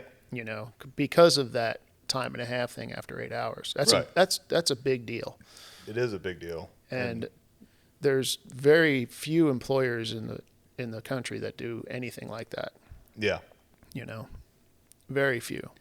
Well, there's also probably very few employers that have people work 14 hours a day for 5 days in a row. Yeah, sometimes 6. Yeah. Oh, that's 6 day. Yeah, sometimes 7. They're doing 7 days? No, we never. I don't recall doing any 7-day weeks. I believe it was all 5-day weeks, and then maybe some second units. Yeah, I believe that's all it was. I remember. So, I was out of high school, and it was 2009. But so, I was obsessed with this show, and I was watching it. I'm like, wait a second, I've been there before. So there were, I can't remember what it was, but it was like, it was when they're at Ashley Schaefer B&W. Oh yeah. And I'm like, dude, that is familiar.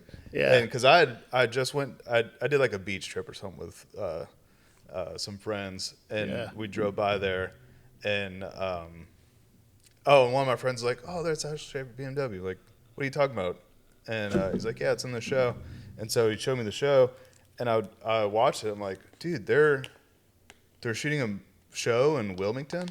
Like, I had no clue. I mean, I was just fresh out of high school, and so this show was actually like what got me interested in, like, oh, I can go work in a film set and not have to go like live in LA or New York, and that's pretty cool. And so this show was like important to me because it kind of got me into like filmmaking's in my backyard. I should go check it out. Yeah. And I was living in Mebane, North Carolina, so it's Oh wow. John Boy and Billy. Yeah, dude, John Boy and Billy in the morning, every morning, dude. Yeah. But yeah, this is like for sure one of the funniest shows I've ever seen. I mean, it's still. I went back and like rewatched it last year. Did you? Like, dude, it's gold. Yeah, I think I'm gonna do the same thing here, since I have so much time on my hands. Yeah. I might watch it because I watched a little. I was watching some of the clips today on YouTube, and I was like, oh, I remember that. Yeah, that was hilarious. Just little things just come back to you after you start watching it again. From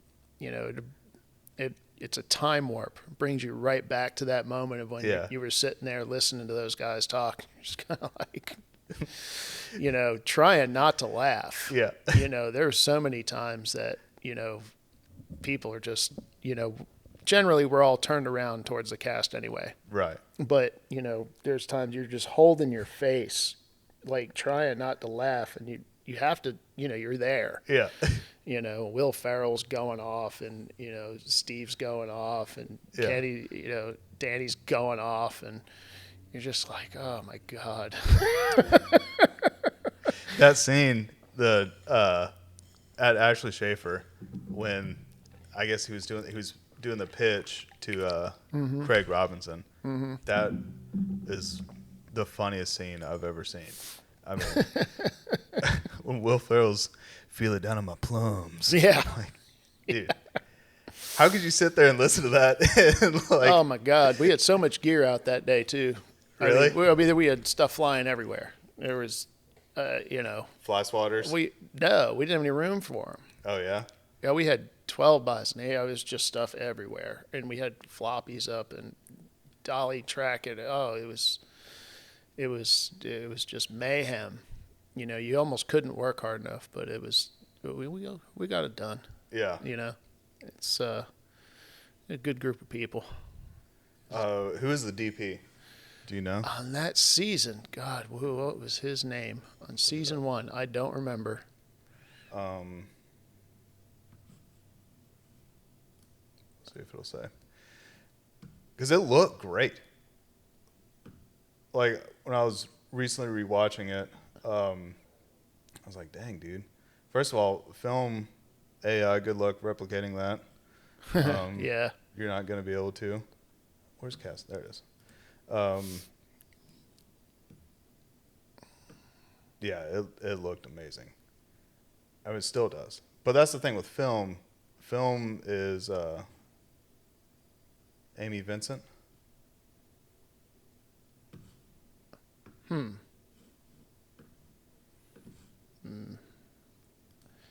Maybe so. I don't remember. I honestly, it could have been Amy Vincent. Well, shout out Amy. Yeah. Crushed it. Well done. Well done. Sorry, I don't remember. It's been with so many shows and episodic TV that it's hard for me to remember everybody that I've worked with. Yeah. That was 2009, that's like, you think that was yesterday, but actually. It's a long time ago. That was a long time ago. Yeah. Oh, she did Black Adam. Yeah. Wow. She's done some stuff. But yeah, so at Ashley Schaefer, you guys were just, it was a grip jungle. It was. And lights. Yeah? Yeah.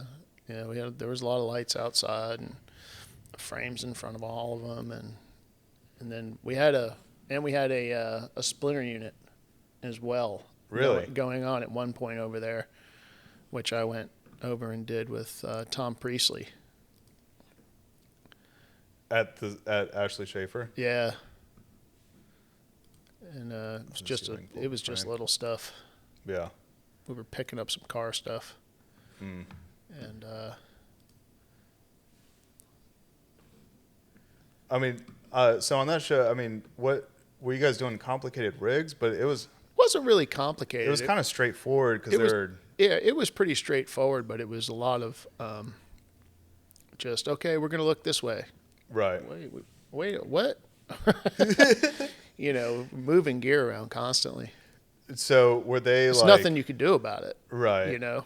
Yeah, I mean, that's one thing I wish that like, I mean, maybe it is a thing, but the ADs that I've worked with before, or like directors and stuff, they kind of have like this way, like, we're going to shoot it like this. Like, okay. Mm-hmm. Logistically, that doesn't make sense. Mm-hmm.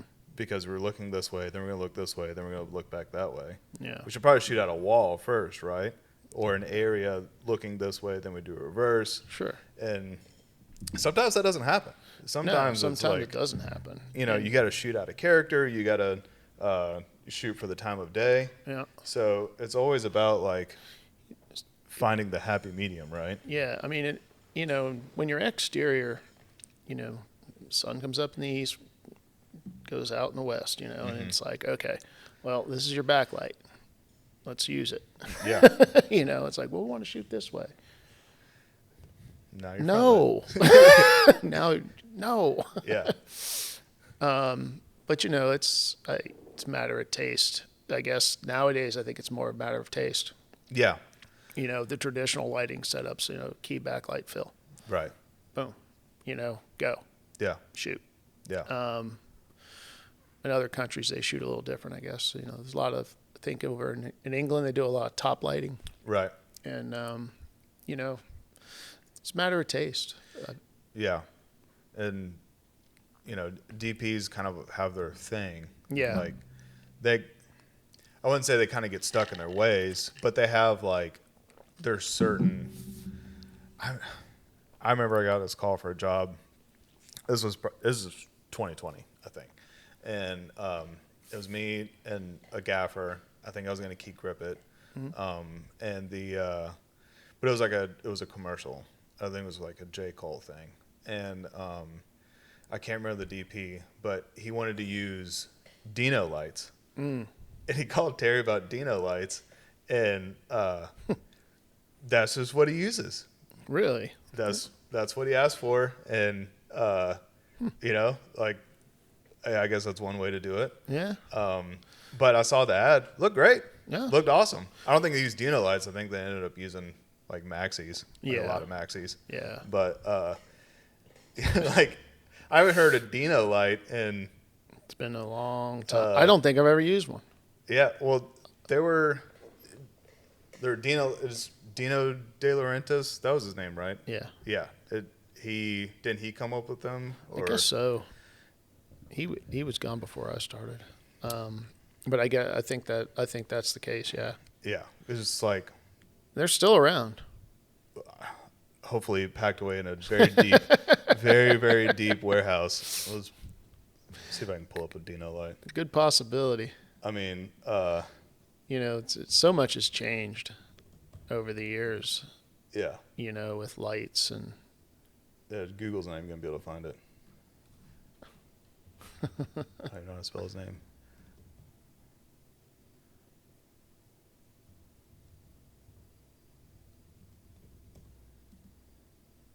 That's definitely not it.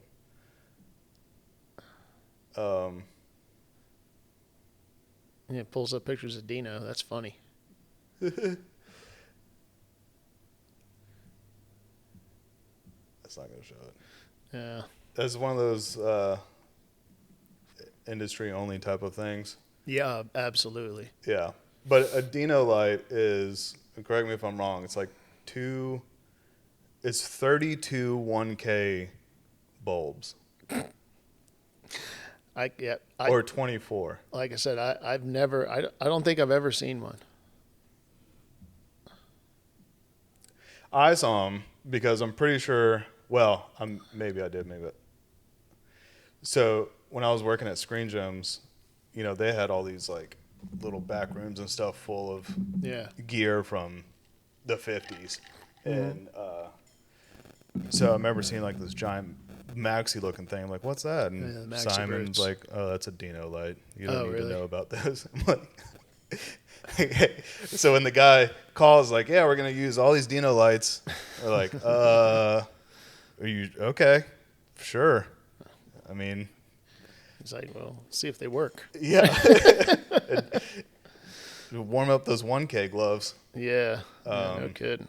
Yeah. I mean, that's kind of like it's an old thing, but it's cool seeing, but he was like a DP from like Germany and stuff. Mm-hmm. There's something about like European DPs. They have this thing that we want to do this. Yeah. And this is the way we're going to do it. This is the way I shoot. Yeah. That's literally what he said. It's like, I shoot with Dino lights only.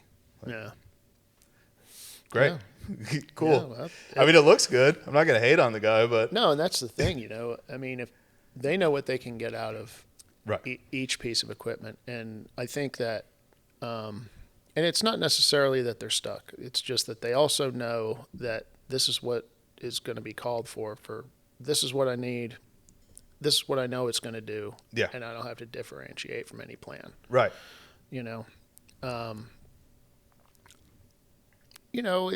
It's easy to get stuck in your ways. Yeah.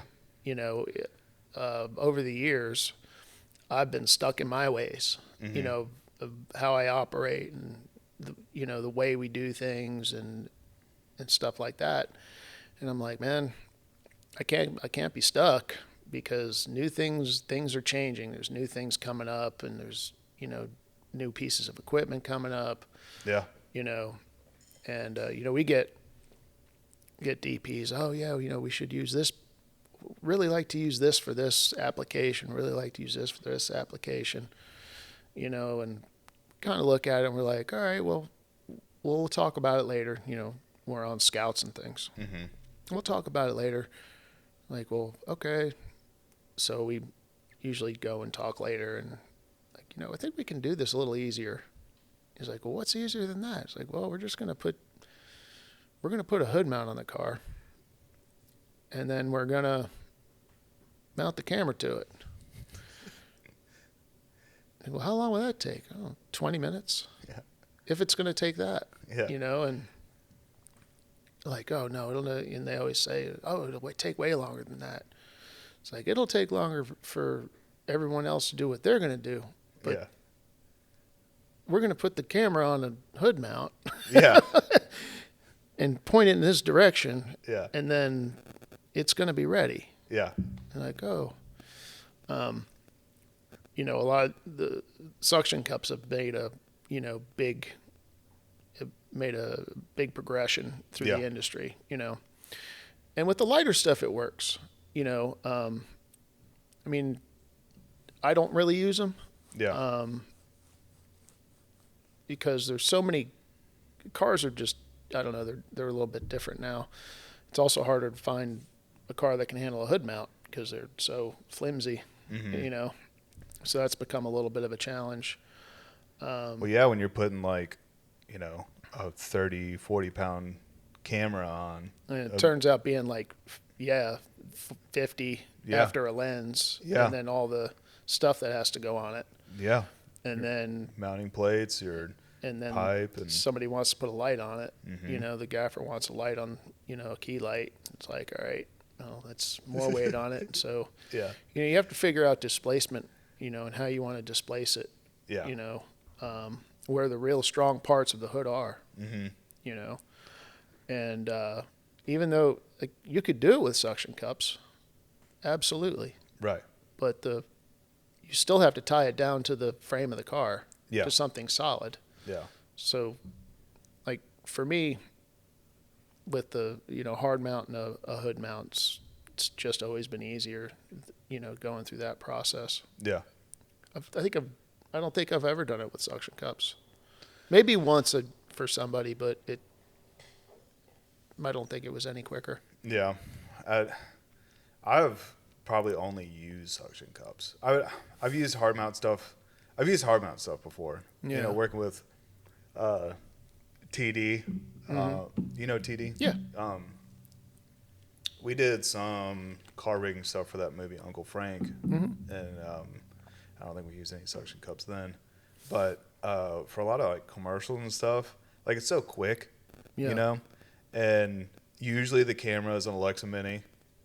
Or something a little smaller, or an LF. Like, it's nothing crazy. Right. And suction cups, I mean, they work good. Yeah. And being able to like triangulate from, so if we're doing like a hood mount, suction cup to grenades on the hood, and then, but not just like a straight, like we'll build like something that can, push the weight out. Right. So like almost like a slider type Right. of thing, like on the front of the hood. Yeah. 4 suction cups on the hood, and then, go to the side of the car with the suction cup, go to the front of the car to triangulate with, arms and stuff to make sure it's stable and everything. And they work great, but until they fail. And there's been a few times on a job where I'm like, I see a red line, because they have like a little red line where you got to like, push it in to suction it, and that can make your little key grip heart stop. Yes, it will. Yeah. Yes, it will. Yeah, I've always made it a practice, and something that learned from Logan. It's like, hey, if you always go to something hard, it won't fail. Yeah. We've run into situations, it's too stable. Mm-hmm. Me and Logan look at each other like, what did he say? Did he say it's too stable? What does that even mean? Like no. Yeah. I mean, do you want it to like? It could fall. Yeah. Like, oh, it's just too stable. It's too smooth. We're like, well, it's on a $70,000 car. It's not gonna be. It's not gonna rattle. Yeah. The car is designed to stay. Right. Like, it's hilarious sometimes. Yeah. That's the thing with like gripping. We're working closely with DPs, and a lot of times, like, not to say DPs aren't mechanically inept, but most of them know their stuff. But sometimes you run into these guys that they have never thought about gripping ever, and so they kind of just like ask and you shall receive type of mentality, which is fine, you know. But so you should, I think, if you want to be a DP, you should work as a grip. You should figure out what grips do, and why it's important. And any dummy can set up a light. You plug it in. Well, that's not true. Before we had this wonderful thing of LED lights, it wasn't that simple. Right. Well, what I mean, what I mean by that is like, not running the power. You can plug in a light and point it at something. Yeah. But as a grip, you're shaping that light.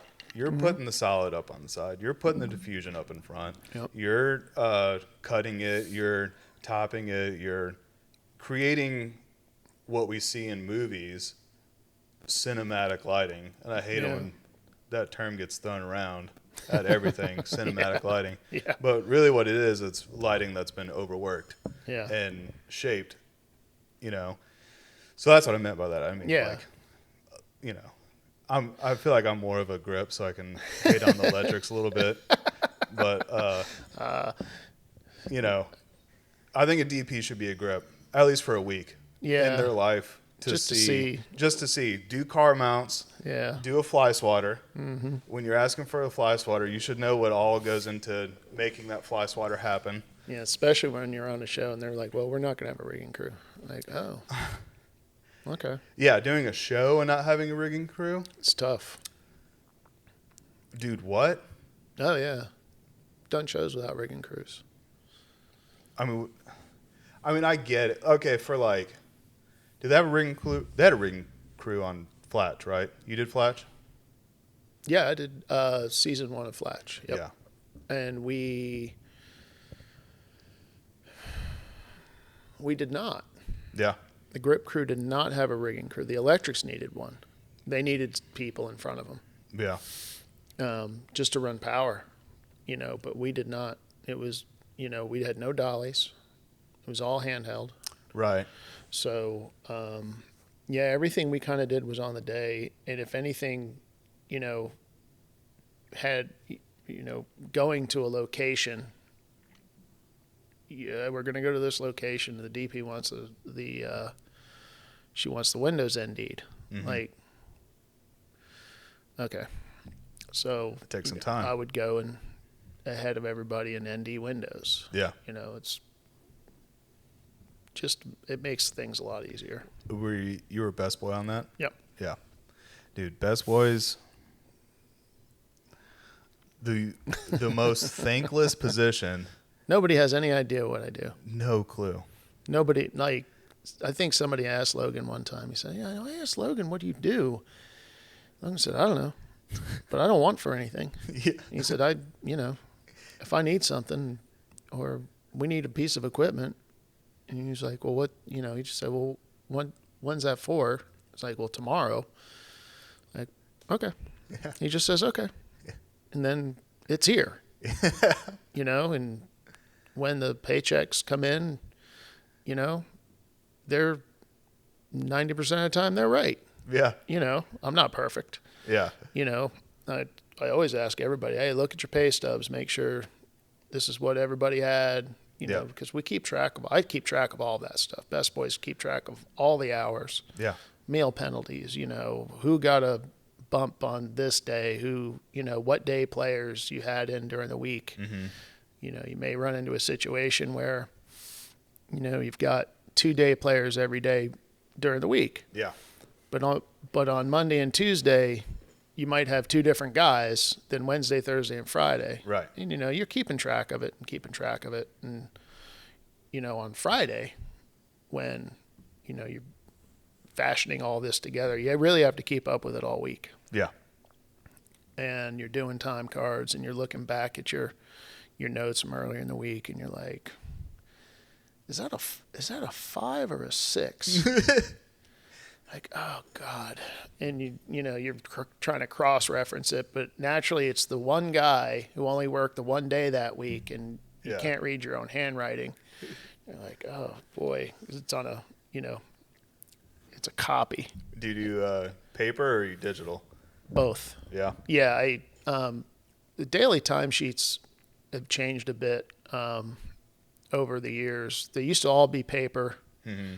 And then I've worked on a few productions here in the last couple of years that did it all, that they have a digital version that they like to do. I'm like, well, all right, that's fine. So I've done some digitally, but I don't like the digital dailies because I can't just sit there and peel the pages and say, okay, well, this guy worked here. And, I have to print them out instead of going on the, my iPad and, scrolling back and forth and you're looking at this, that, and the other thing. You only have one screen. Yeah. And you're going back and forth and you might see the wrong thing. It's not like having 2 things. Yeah. So I wind up printing them out. Yeah. And so I can sit there and look at it and go, okay, yep. Mm-hmm. But there's always something weird that happens with payroll at one point in time or another. Yeah. They have a tough job. They're trying to keep up with so much. I would never, ever. You couldn't pay me enough to do that. I mean, the accountants that do it are fantastic. Yeah. And I've worked with some really, really, really good accountants. Yeah. And the payroll accountants, and they're, as a best boy, they're your friend. Yeah. Or your enemy. They can be your enemy. Yeah. I've done some shows where it's like, it depends on it. It all depends. Yeah. There's a big depends in there. I did a movie, and they had accounting issues from like day one. Mm-hmm. And we got in a situation where like every single check was wrong. Yeah. From like G and E. Yeah. And dude, there was a day where like, okay, they were like, weren't going to pay us for that week or something. They're like, check's going to come out Monday. And Mm-hmm. we had this issue from like day one. And dude, not super proud of it, but we were like, all right, we're going to sit on the gate of this truck until our checks come. Because this is insane. That's the one good thing about like, working with like unions and stuff like that. Right. And so we had someone call Darla, and we're like, hey, this is what's happening. This needs to get fixed. This has been happening since day one. Yeah. We need to get paid. This is how it works. Right. Right.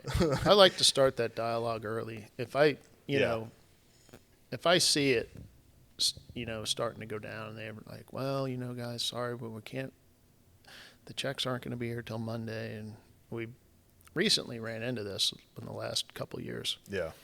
Like, well, they'll be here they'll be here Monday. We're like, oh, okay. Or no, they'll be here tomorrow. We were working a Saturday or something. And first week of shooting. Like, they'll be here tomorrow. I'm like, okay. And we did a day zero. I hate day zeros. What does day zero mean? It's shooting before the first scheduled day of shooting. Gotcha. So it's like shooting a day before you're supposed to start shooting, like a Saturday, and then you're supposed to start shooting Monday. So day zero starts on, Saturday, or you're supposed to start Wednesday, start Tuesday. So, we've done a couple weeks of prep, and we were into, day zero on Saturday, shooting at a stage, and we're like, all right, so where's the money? And they're like, what are you talking about? You guys haven't been paid? Oh, no. And it was kind of a thing, and hats off to the UPM. She was like, nobody is leaving here until the checks are here. Accountants aren't there, and they were home, and they're calling, and they get the accountants in there, and then we had a company move that day, and she's like, nobody's going to leave this spot until this crew's paid. We're like, cool. Right on. So, hats off to the UPM for that. And so I get a call. Like, come in here, please. Like, yeah, sure, I'll come in there. So I go walking in. And, like, what's up? They can't find your checks. Oh, God. Like, what do you mean they can't find the checks? They said, well, they can't find Grip and Electric's checks.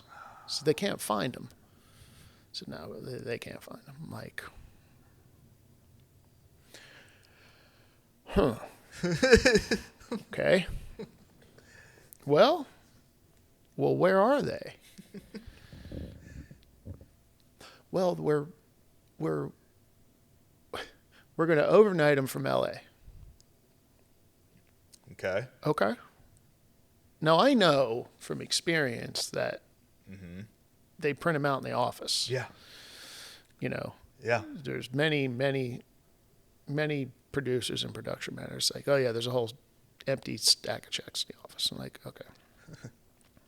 Okay. Mail them to us from LA. So now I have to go break the news to my boss. I know this isn't going to go over well.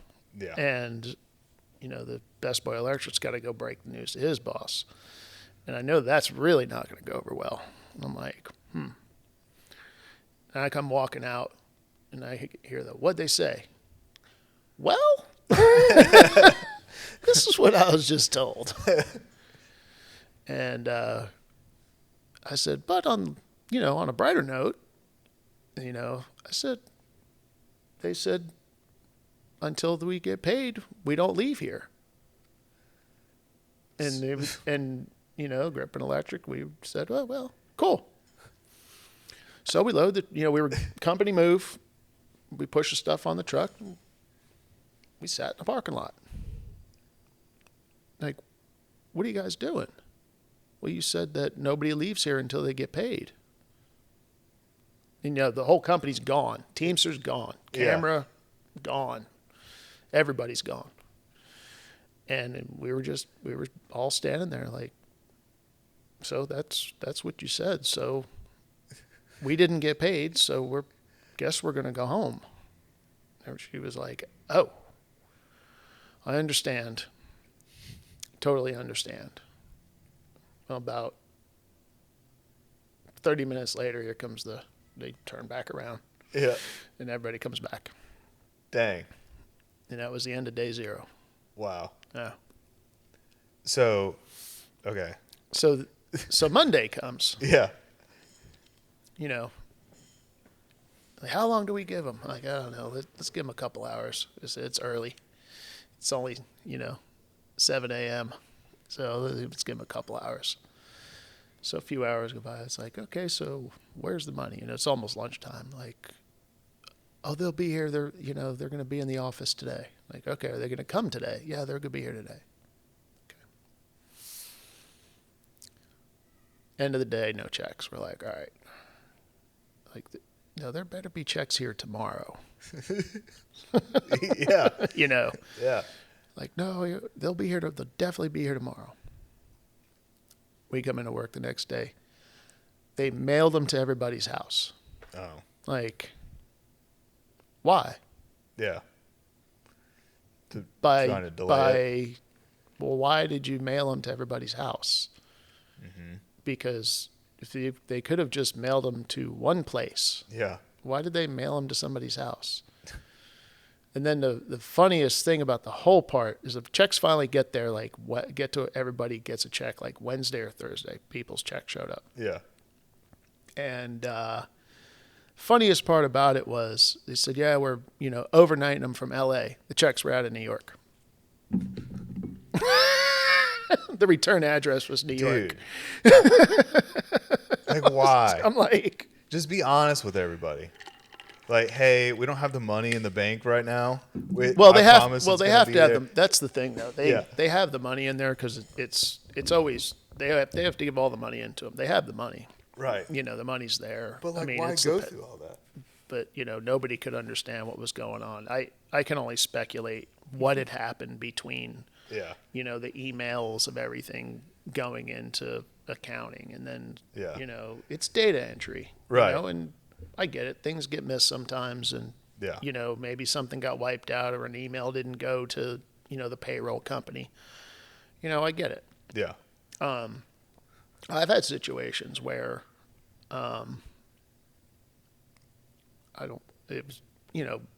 after that, where I'm sitting and I sent the time cards in, emailed time cards in, and heard the swoosh, closed up, got my stuff, because best boys are like the last to leave. Yeah. They're there longer than the rest of the crew, taking care of, paperwork and everything else, especially on a Friday. Right.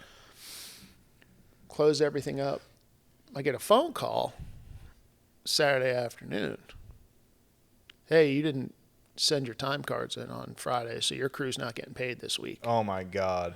I'm like, oh, yeah, I did. Oh, I sent it. And they're like, no, we never received it. So I'm like, okay.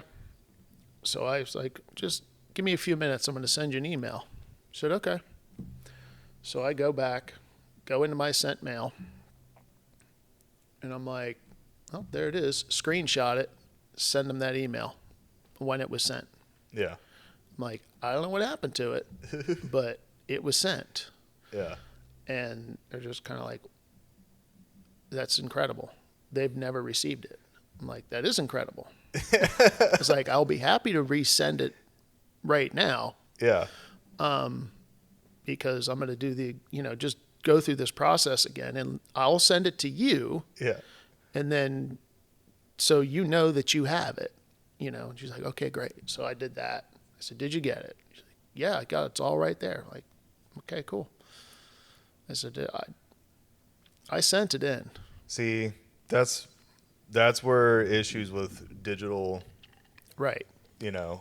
paperwork starts to get Right. funky. When we did everything on paper, it was great Yeah. because it was literally, you saw it. Mm-hmm. And I had copies of it. Yeah. If with emails and things, it can kind of get lost sometimes. Right. I have had issues where I would do time cards, and like I said, not everybody has the same time. Yeah. And I think it was the summer I turned pretty last year. It happened to me, and I was doing time cards and putting times in, and I always double check them. Mm-hmm. This one particular time, I didn't double check them, and I sent them in, didn't think anything about it. Well, Monday morning, I get a call from the principal. Like, Ritchie? Like, yeah, what's up? He said, this person didn't work Wednesday, Thursday, Friday. I was like, no, they didn't. Wow, what's up? Well, you put them in for Wednesday, Thursday, and Friday. I said, no, I didn't. Oh, no. I said, I absolutely did not. Let me go back and look through the, the PDF files that I have, and I'm looking back through it. And for some reason, it auto-filled, like their time card. Yeah. Like auto-filled it from the one before it.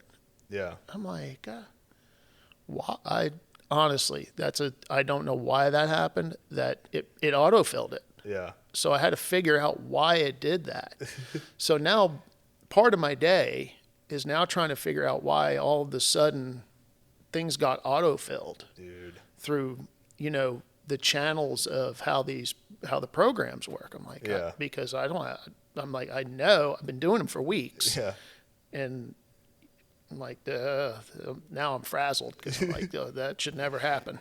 Right. While also maintaining your crew, while also maintaining your gear, while also listening in on the radio to whoever's keying, yelling at something. Two different conversations I listen to when I'm in the office too, because I keep a radio on one so I know where they are during their day. Yeah. Because not everything comes through, your department's channel. Right. So I can listen to, the ADs and where they are during the day, be on a phone call, listen to the radio, and all at the same time, and be doing something else on your iPad, searching for gear, and you're like, all right, yeah. I'm gonna have to pay extra attention this week. Yeah. But then after that day's over, you're driving home. You're not listening to anything on the radio. You probably got the windows down. You're probably staring very blankly. I'll usually put on heavy metal or something on the way home, or something to that respect. And just kind of zone out, and then all of a sudden I'm in my driveway. I'll put some sort of music on, and from Pandora or from my my playlist, and it's like, oh my God, what happened today? Yeah. That's always the best though. I mean, like the next day, all right, yesterday was a catastrophe. Today could be amazing. Yeah. You gotta, one of the things that really, and I mean, with any position, I think as well, I think it applies. Whatever happened yesterday, forget it. Yeah. Let it go. Yeah. Go back to zero, start over. And with Best Boy, and you have to do that a lot of times during the day. Yeah. Like you shake your head sometimes. You're like, wait, what happened? Like, are you kidding me? Like, no. Like, oh, okay. And you can't. You have to keep a level head about everything, because you like, say you have a 10 person crew. You've got your boss, yourself, and Dolly Grips, and then and everyone else on your crew. Anything can happen during the day. Yeah. Hey, my wife's car broke down. Like, okay, Well, we're in Southport. Where does your wife work? Hampstead? Yeah. Okay. It's an hour and a half rounder. Like, well, go do what you got to do, man. Yeah. You know, it's no biggie. Go. I'll tell the boss and, work it out. Don't worry about it. And you're like, all right. So a lot of times, if it's something ridiculous like that, it's like by the time you go and pick your wife up, which is going to be an easy hour and a half. Yeah. And then figure out what's wrong with your situation and get towed and get your wife home and whatever, it's just don't worry about it. Yeah. That's the day. No, yeah, it's a day. By the time you drive all the way back, it's, you forget about it. Yeah. Well, that's like, so I best boyed once. Mm-hmm. That was enough for me. That was a 6-week-long movie. It was that movie Uncle Frank. Mm-hmm. TD was the key grip on it, and I was good after that. That was the first time I've ever done it. That'll be the last time I ever do it. Yeah. For sure. I mean, I do, like, commercials every once in a while. Sure. That's like a different thing. That's maybe a 3-day shoot on a commercial, but that's like easy. But dude, you are like, so the key grip's like the dad, right? And then the best boy, he's not really the mom. He's more like the older brother that has all the responsibility and has to like keep the family together. Mm-hmm. And the dad is kind of like an abusive alcoholic. And then the best boy is like the level-headed older brother or sister that's just like taking care of all these wild children with crazy problems and have to go get their car from wherever. I got to go do this. When can I do that? Yeah. And then you're like the only sane person in the crew. Yeah. And at the end of the day, if you've got a crazy best boy, it's like, you're on the crew, you don't know what to do. No. I mean, it's a very thankless job, but the one person who's very thankful for you is your key grip. Yeah. And the DP. Yeah. Your director of photography is they're very, very appreciative of what Best Boys accomplished. Yeah. On both sides, grip and electric. Mm-hmm. We have to work together. Yeah. There's times, I'll get a Best Boy electrical will come over. He say, "Hey, Wood, where are you going to put up that 20 by green screen?" I'm like, I have no idea what you're talking about. And you're like, what do you mean? I have no idea what you're talking about. He said, no one's talked to you about a 20 by green screen? I said, no, absolutely not. Oh, no. And he's just kind of like, man, we ordered the lights for it. I'm like, okay, well, when is that supposed to happen? This afternoon. Really? Okay. Oh, well, let me go run down some leads here and see what we got. Yeah. So I'll go and I'm like, hey, talk to the boss. Like, hey, Logan. Said, yeah. Within about 20 by green screen. For when? This afternoon. No. Oh, okay. So I'll go talk to the DP. Something about a 20 by green screen today. Is that today? Because they have so much going on. Yeah. I mean, it doesn't matter DP, Yeah, they're dealing with above the line. They're like the happy medium. They're dealing with above the line and below the line. Yeah, and they're also dealing, above the line, like way above production. Right. Whoever the network is. Yeah. Or the streaming service, they're dealing with them too. Yeah. Best Boys deal with the producers, and they deal with, production managers and production supervisors, and we may have to go talk to, multiple department heads a day, construction, art department, hey, how are you guys doing this? Looking at blueprints and, looking at space, it's simple as looking at space on a stage wall where they want to put a a blue screen or a green screen, or, you know, solid's not that big of a deal, but you talk about a blue screen or a green screen, it has to be so far away from the set so the light doesn't bleed into the windows. Right. There's windows, you know. And I mean, it's just constant. It's really just constant. You just gotta try to be on top of them. Yeah. Always try to be ahead of them. Yeah. Lots of reading, lots of keeping it in your head, you know. Right. Never stops. That was like the one thing that I hated about it is I couldn't turn it off. Yeah. Oh, well, it doesn't turn off at the end of the day. No. Because you're still getting text and calls Well, now we get the call sheets in an email. Yeah. So it's like, okay, check your emails. Okay.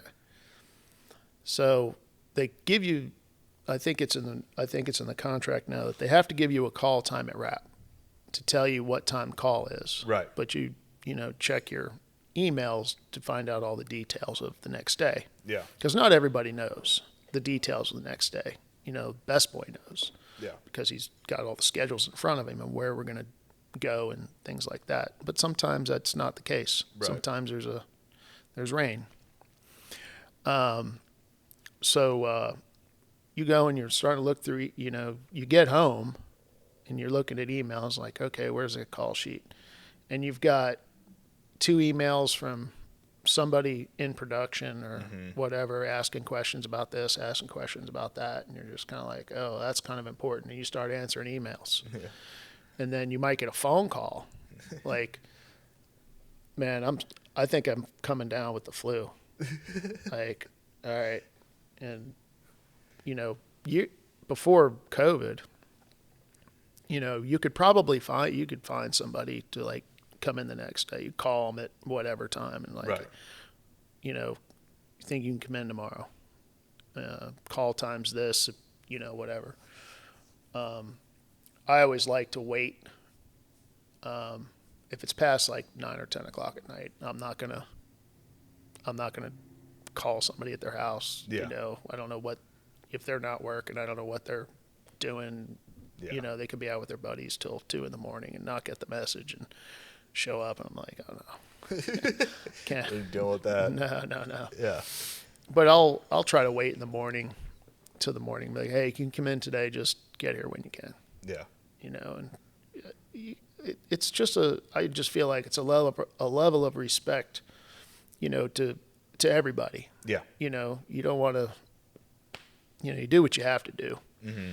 Like one of the worst things I hate doing is, you know, you're told, hey, call the key rigging grip and ask them this question. And I'm like, oof. It's 2:30 in the morning. Call him. Okay. You call him. I'm like, okay, I'll call him. Yeah. You know, but he always answers. So, and it's very rare that happens. Yeah. It's very rare it happens, but yeah, it's just like, damn, I really don't want to call him. Yeah. Because I know that, you know, they're ahead of us and they have more of a day schedule. If we're on like a night schedule, right? You know, they're getting their rest for the next day. Yeah, they're asleep. Yeah, they're done. Yeah. Yeah, that's the phone call I hate making. Right. Yeah. I mean, I don't know. You can have it, dude. you can have that. I mean, do you like Best Boy? Oh, it's kind of a tricky question. So, is it a love-hate thing? Yeah, I mean, it's, you know, if you have I like to stay ahead. Yeah. Right. And if I'm dealing with a production that I can't stay ahead with, I figure out a way to. And there's numerous ways to do it. You know, you just have to keep your ears open a lot. Yeah.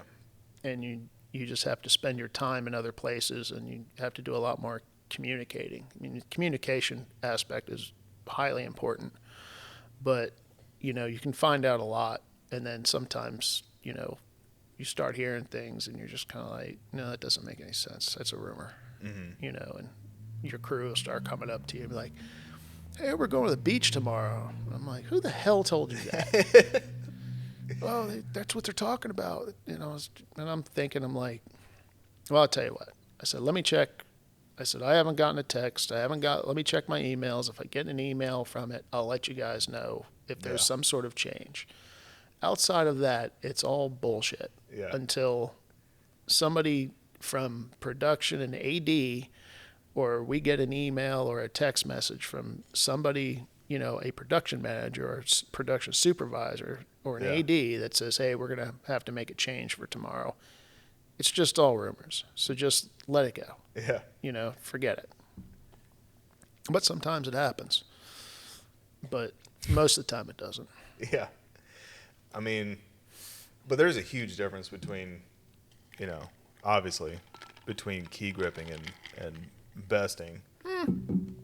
There is and there isn't, you know. You know, the best boying is a hard job. Yeah. I think you know, to be a good best boy, you should be as good as your key grip. Yeah. And that takes time.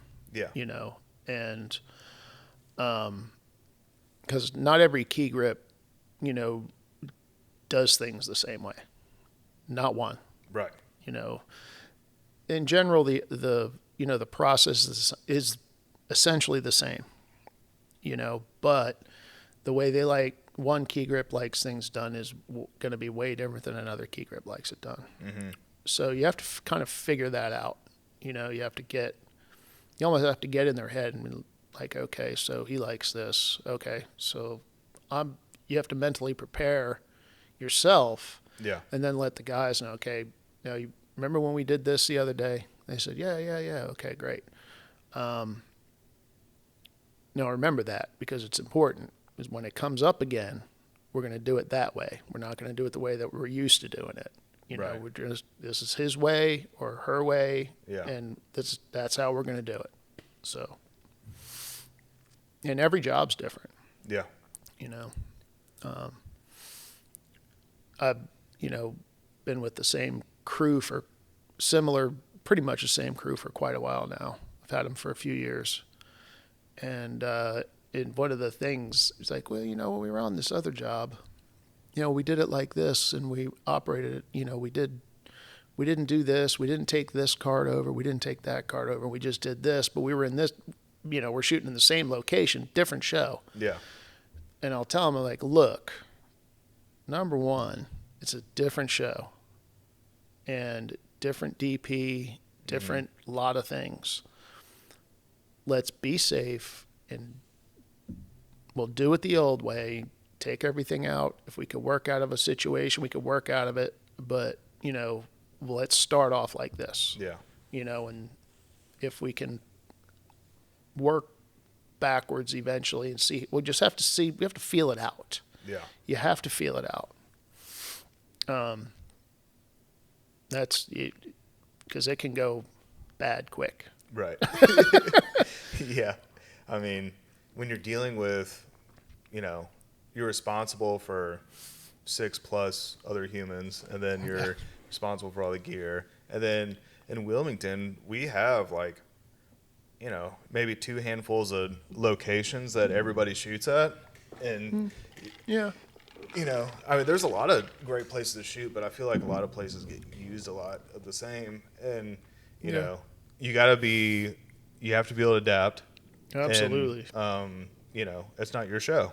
It's the director's show. Exactly. It's the DP show. Exactly. And you gotta swing with those punches and knock those curveballs out. You do. Yeah. And, you know, as a best boy, you get the brunt of the curveballs all the time. Yeah. You get quite a few. Yeah. You know. What's But like you have to stay ahead. Yeah. You know, if you can go, you know, you're looking at a schedule and you're like, okay, well, on a scout, we talked about a hood mount, we talked about a hostess tray on a car, and over in this other place, you want camera rigs on 4 golf carts or go-karts. Mm-hmm. You know, I'll go off and pre-rig all of that. Yeah. I'll just mock it all up and bring it all back to the truck. Yeah. I'm like, okay, this is how we're going to do it. And when we get there that day, you know, they're like, well, can the rigging crew do it? And I'm like, well, they can, but then I have to take them from what they're doing now Yeah. and go and do all of this. I said, I'm one person. I can go and handle all of this and get all this pre-rigging done and know what side of the car I'm on, where the camera's going to go. You know, go-karts, that's a different animal. Yeah. It turns out to be, you know, relatively easy. But no matter what you do without supervision of where they want the camera, you know, there's like, well, they can't go lower than this, but we have to give them latitude this way. And you have to be able to, you know, be open to the options. Yeah. So you go and you do all that stuff and, you know, you're like, okay, and then there's do you guys need a pre-call tomorrow? Yes, we do. Always, yes. Yes, we need a pre-call. Yeah. Why do you need a pre-call? Then you have to answer that question. It's like, well, we have to rig everything. I thought you already rigged it. Well, yes, I did already pre-rig them, and I mocked it all up. Mm-hmm. But we still have to put it back on the cars and whatever we're doing that day. Yeah. So when you guys say, okay, we're in, you know, the camera guys can put the camera on the rig and they're ready, you know, and then all the tweaking, we can do all the tweaking. Yeah. And you'll be shooting in 30, 40 minutes. So it's part of staying ahead. Right. And you have to think about that like days in advance too. Days, and weeks. And, yeah. And I try to stay, you know, on a TV show, I try to stay a week and a half in, week and a half out. I've had, you know, I've got 3 dry erase boards, 2 notebooks. Yeah. You know, just constantly. Well, you're all big show too. I mean, you do. Oh. I mean, the stuff that you do is like, well, it's not like an indie movie or an indie show or anything. No. I mean, you know. Let's go back to your sweet IMDb page. But dude, like, I'm always amazed at, you know, the stuff that you guys are able to do with, you know, it's not like you guys aren't like planning for weeks and weeks and weeks and weeks. I mean, they are, like production is and stuff like that, but you're kind of like thrown into it, you know? Yeah. And, oh, there you go. But, I mean, Summer I Turned Pretty, that's a big show. Yeah. That's a big budget show. Yeah. I mean, you know. Yeah. Funny part about that is I believe it was let me think about this. Is it 8 episodes we did last year? 10, I thought we did 10 for summer. It was 2. It was 8. Yeah, well, must have been 8. Oh, the year before was less. Oh, wait. Season 1. Season 3. Oh, wait. What am I looking at? We haven't, yeah, we're not there yet. Not there yet. Yeah, season 1 was 7. Yeah. 7. Yeah. Season 2 was 8. Right. Yeah, I guess that's right. 4 blocks. Yeah. Yeah, that's right. But, you know, working with these crews that work on shows like this, I mean, yeah, you guys have to be pro. Well, we've got to be prepared. Exactly. You know, like if you go back to my IMDb page. Yeah.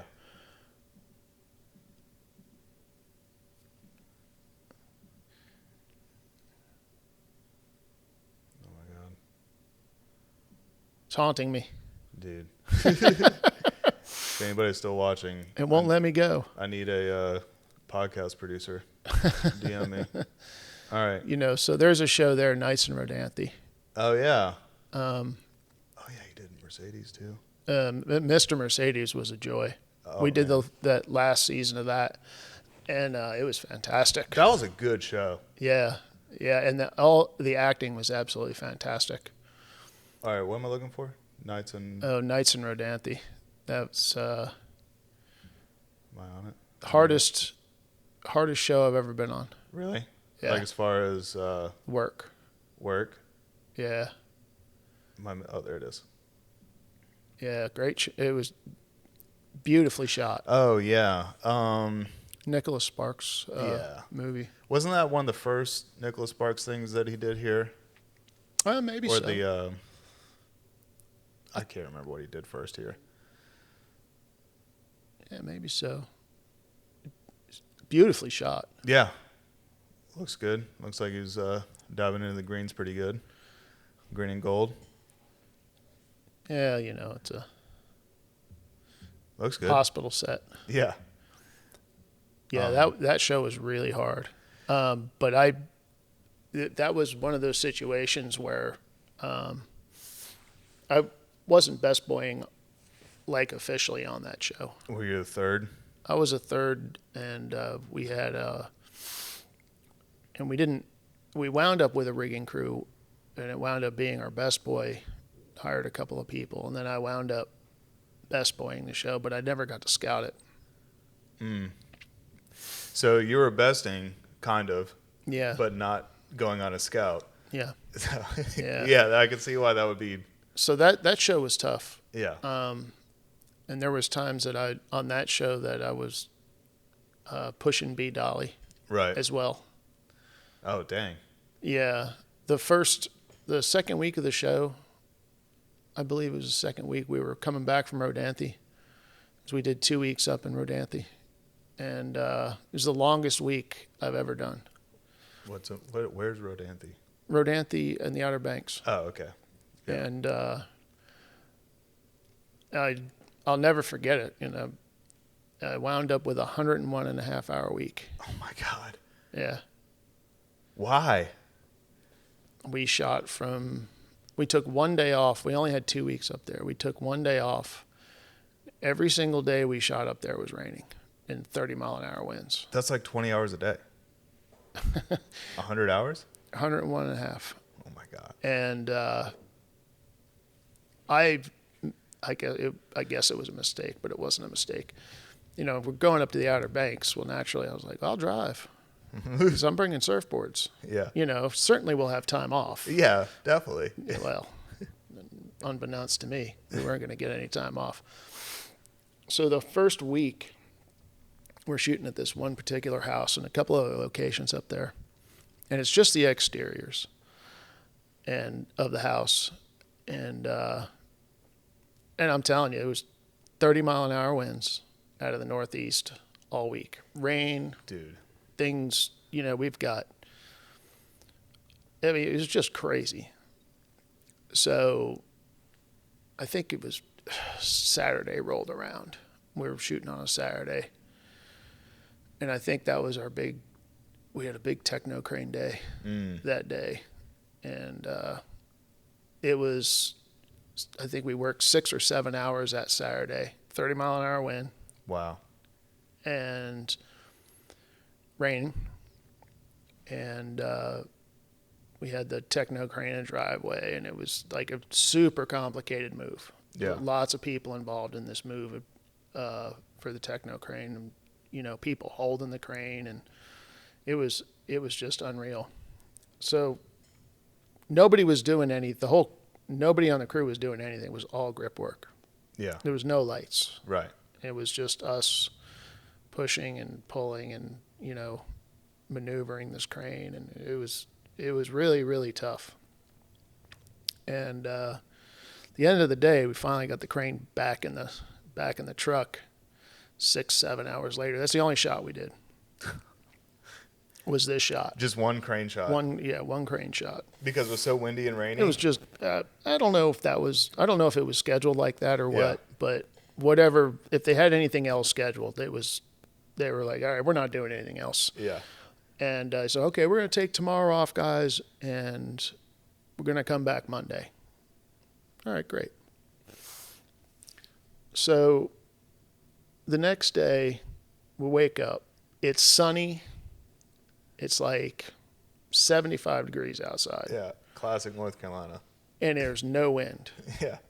Like, oh man, this is great, you know. And we're all sitting out at the hotel. You got a whole film crew at a hotel. Nice. And, you know, we're like, all right, this was cool. You know, take a little break. Finally they were going to let us know what was going on Sunday. So like 4 or 5 o'clock that Sunday, I think they, came down with announcements and stuff like, all right, we're going to go back up there tomorrow and blah, blah, blah. Like, all right, cool. Get on the bus, 40-minute drive back down there, and 30 mile an hour and raining again. And it was like that for the rest of the week. Dang. So that's Monday to Friday. We were supposed to leave. Everybody was leaving Saturday morning. Yeah. The bus was leaving Saturday morning to come back to Wilmington. That was it. Well, I had rigged this Jaguar. There was only like 2 of these Jaguars in the country at the time. Oh, no. I had rigged this camera in a Jaguar like 5-6 times already. And it's supposed to be looking at the rear view mirror into Richard Gere's eyes. It's all, and that's it. Yeah. So I'd rigged it like 5-6 times, maybe 5. And then end of the day, Friday's coming. I'm like, oh, this is going to be great. I'm just going to chill. I'm going to go down to Rodanthe. I'm going to surf tomorrow. Make my way home nice and easy. Yeah. Life is good. Boss comes up to me and goes, hey, you drove, right? I said, yeah. He said, they want to shoot tomorrow. Oh, I'm no. like, all right, I was like, okay, well, all right, cool. What are we shooting? Yeah. Sure. And he's like, well, they want to shoot that shot that you've rigged already like 5-6 times. I'm like, okay. I'm laughing, like, all right. Yeah. And then they want to shoot on the ferry. I'm like, the ferry? He's like, yeah. He said, yep, they want to shoot on the ferry. I'm like, all right. He said, they're saying it should only be half a day. Mm. Well, as we know from experience over the years, it should only be a half a day, turns into a full day. Right. Well, it's also a 5-hour drive home. Yeah. So the kicker was he also took the bus. So he's like, can I go home with you? I'm like, yeah, absolutely. He said, you drop me off at home? I said, yeah, absolutely. So we shoot this shot that took a few hours and then drove down to Hatteras, it was the Hatteras ferry we were shooting on. And we shot on that ferry for one, the ferry didn't get there till like 2:30 that we were supposed to get on. Yeah. And we were done by like 10 o'clock in the morning shooting this other stuff. So we had to go down there and wait. So they're just, small crew just wandering around all over the place aimlessly. Everybody's dirt tired. Yeah. So ferry finally comes in. And we shoot on this ferry for like another 3-4 hours. Like, oh my God. Dude. Like, all right. So we've been going since 7 this morning. It's almost 5 o'clock now. Now I've got another, 3-4 hours to go home. Yeah. And Outer Banks is not close. And drive my boss home. Yeah. And then drive myself home.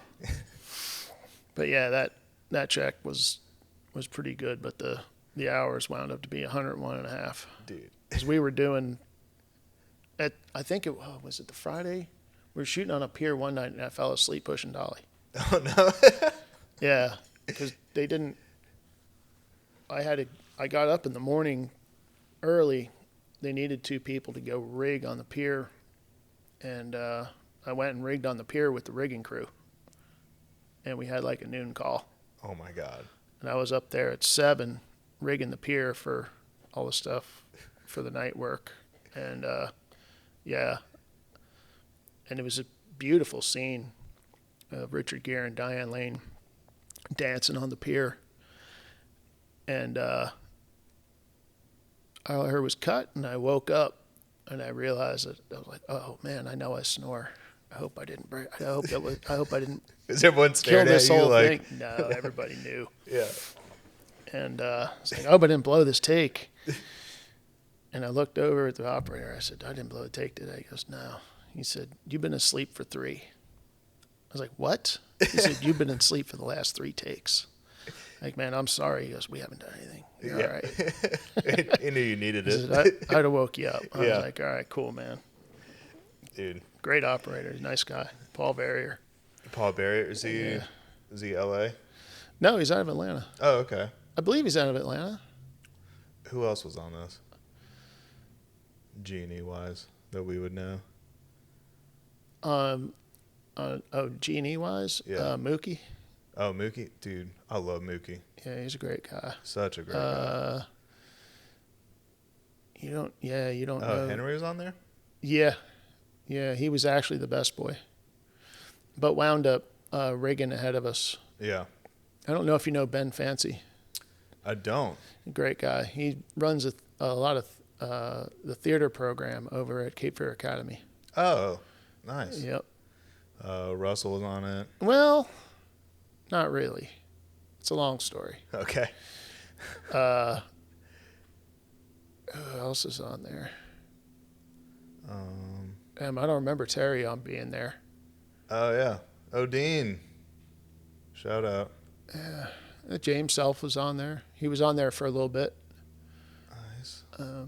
He's done really well down in New Orleans. He's a good key grip down there. Oh, yeah? Yeah. New Orleans has got its own thing going on down there. And it's kind of like us, where it's like, it's a little secretive. Yeah. You know? Yeah. Oh, Greg Taylor? Yeah, Greg's great. Great guy. Great guy. But yeah, it's funny. I don't see a whole lot of Jimmy Owens. Jimmy Owens. I don't remember Jimmy Owens. Oh, Simon. Simon snuck in there. Yeah. Oh, Simon, he was an electrician back then. Yeah.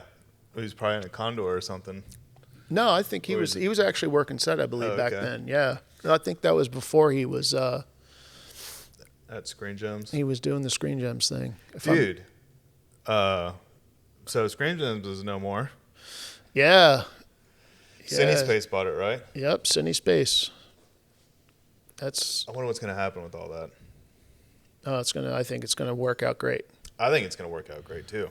Yeah, I believe it. I'm actually very excited about it. Yeah, I'm excited as well. I'm wondering what their rules and regulations are going to be with like gear and stuff. You know, with Screen Gems, it was a little different. Yeah, we'll see. You know, I've heard a few things, but it's a rumor, so I don't like to rumor stuff. Yeah, I get it. We'll see what happens. I think it's going to be I think that it's the right time for a change. Yeah. You know, Screen Gems, thanks for everything, of course. You know, Yeah. Guys kept that space for years and, you know, kept us working, really. Yeah. If that space wasn't there, you know, it's possible that we don't have an industry here. Dude, when the incentive got killed, like 2014, Yeah. I just graduated in 2014, and from Cape Fear, their film program, and I started working at Secrets and Lies.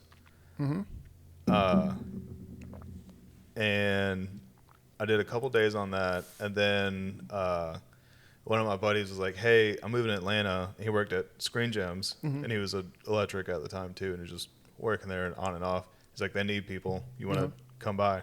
So I interviewed, got the job. Incentive got killed, and they kept us all on. Yeah. And you know, we were doing they shouldn't have kept us on. We weren't doing anything. We were organizing gear for days on end, and well, let's inventory all the banded. All right, let's do it.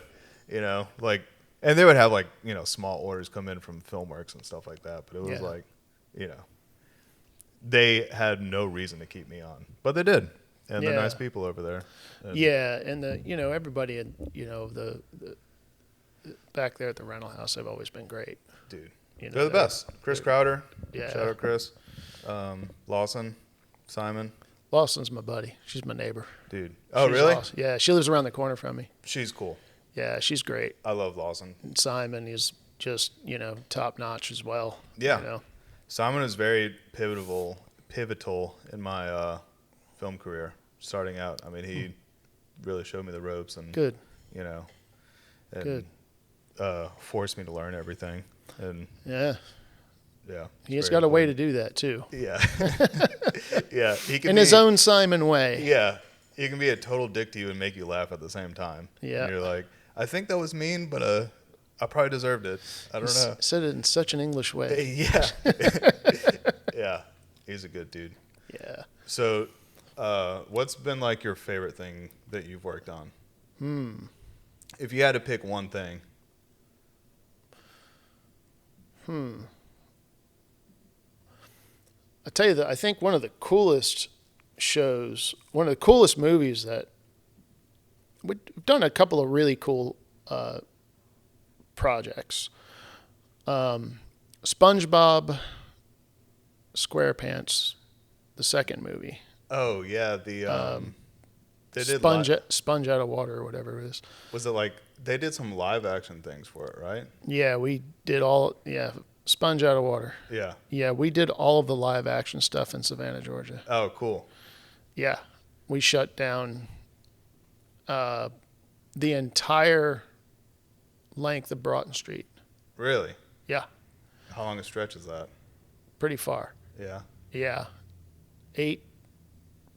We shut it down to a point. It was like 8-10 blocks. Yeah. You see the trailer there where it says a trailer over there on the right? Yeah. Yeah.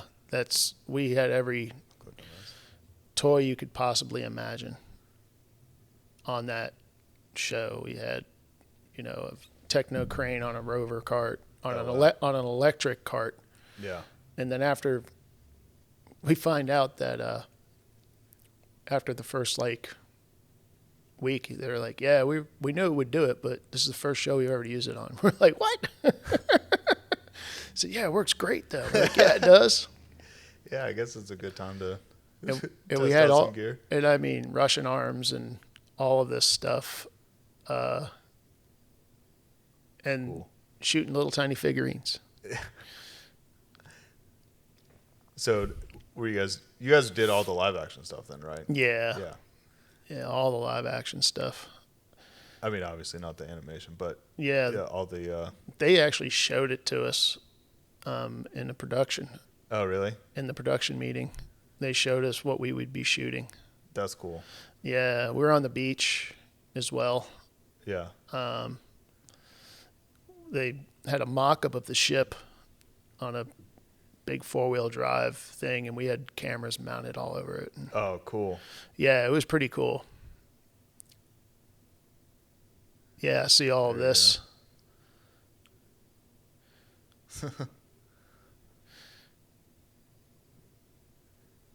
Yeah, all that little we had Slash too, but I think he got cut out. Just made it the trailer, huh?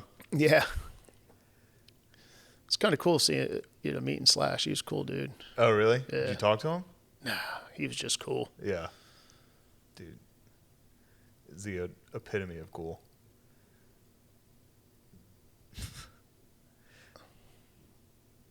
Yeah, and we're shooting all the. Yeah, here's a. Oh, nice. Stuff down Broughton Street, and they only clipped on it. Yeah. But these are like, I mean, the beach stuff was like pretty wide too. Yeah. Yeah.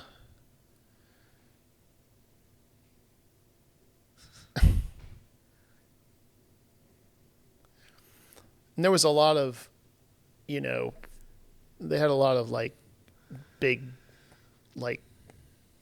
the characters much larger. Yeah. But, cardboard cutouts and things like that to get the perspective of what they, wanted to. So when they were doing that, were they like green screen cutouts, or were they just kind of like? No, all this stuff physical? is on the beach. Gotcha. And the stuff downtown was all downtown. I think we put 20 by up, 220 bys up once. On the beach? No, Oh, okay. no, down on Broughton Street. Yeah. And it was right in the middle of the street.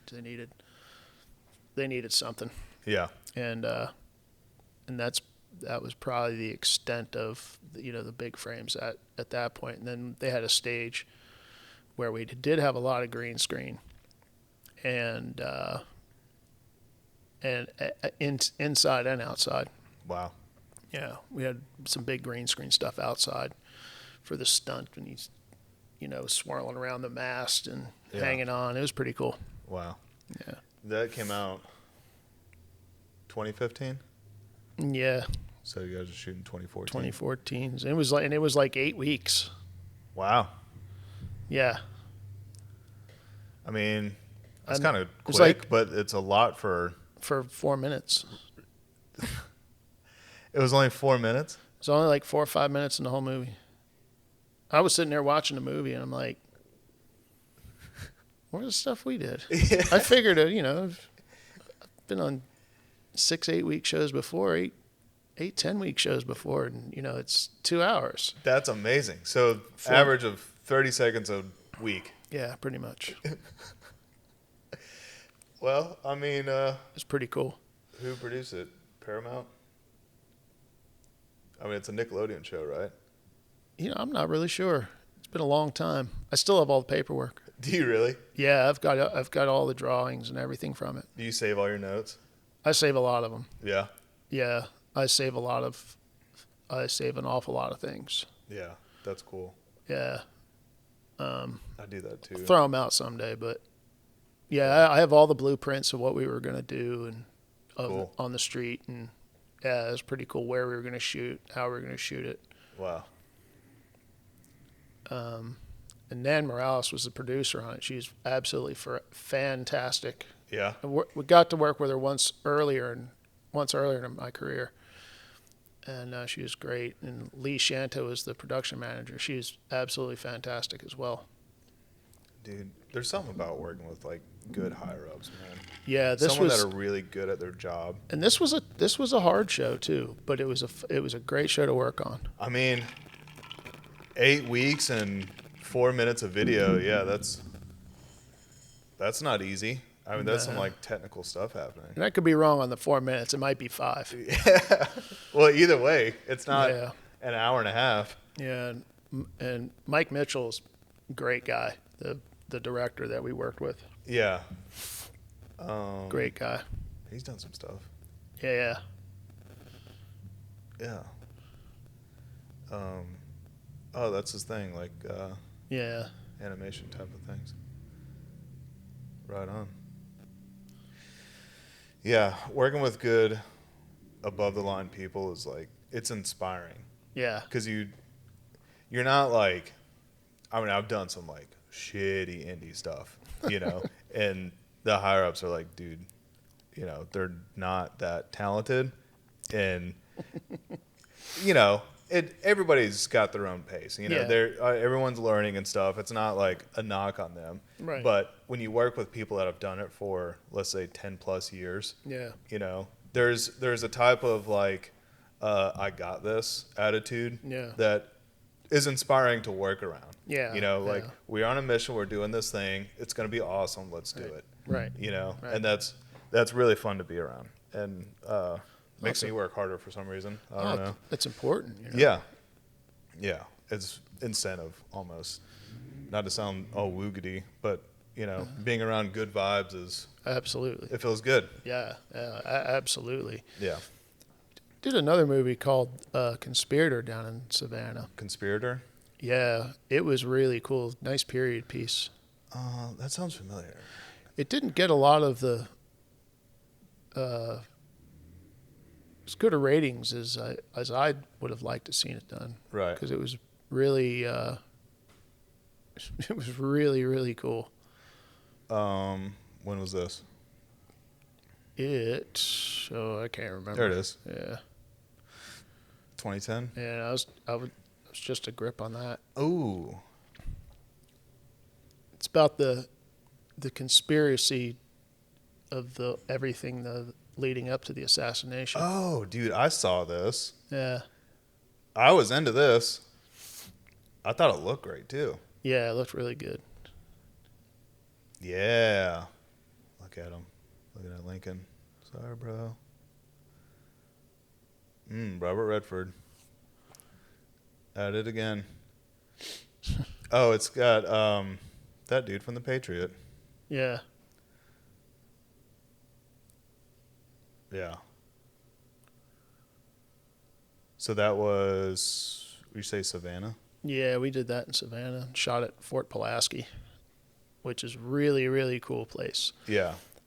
If anybody's down in Savannah and you go and visit Savannah, you have to go to Fort Pulaski over towards Tybee Island. It's a treat to go there. Norman Reedus was in it. Stephen Root. Dude, Stephen Root is probably one of my favorite actors. Oh, no kid. Yeah, he's awesome. He was on Uncle Frank in 2019, and I think it was 2019. But it was this one scene, and I can't remember his lines or anything, but it was, so we did this like, it was like a long dolly push inside this house. They burned down the house in Halloween Kills. I was there for that. Yeah, we. It's one of the most morbid things I've ever seen. Dude, that was a crazy scene. Yeah. But so we're doing this like long dolly push and stuff, and he's like talking about his son or something. I can't remember.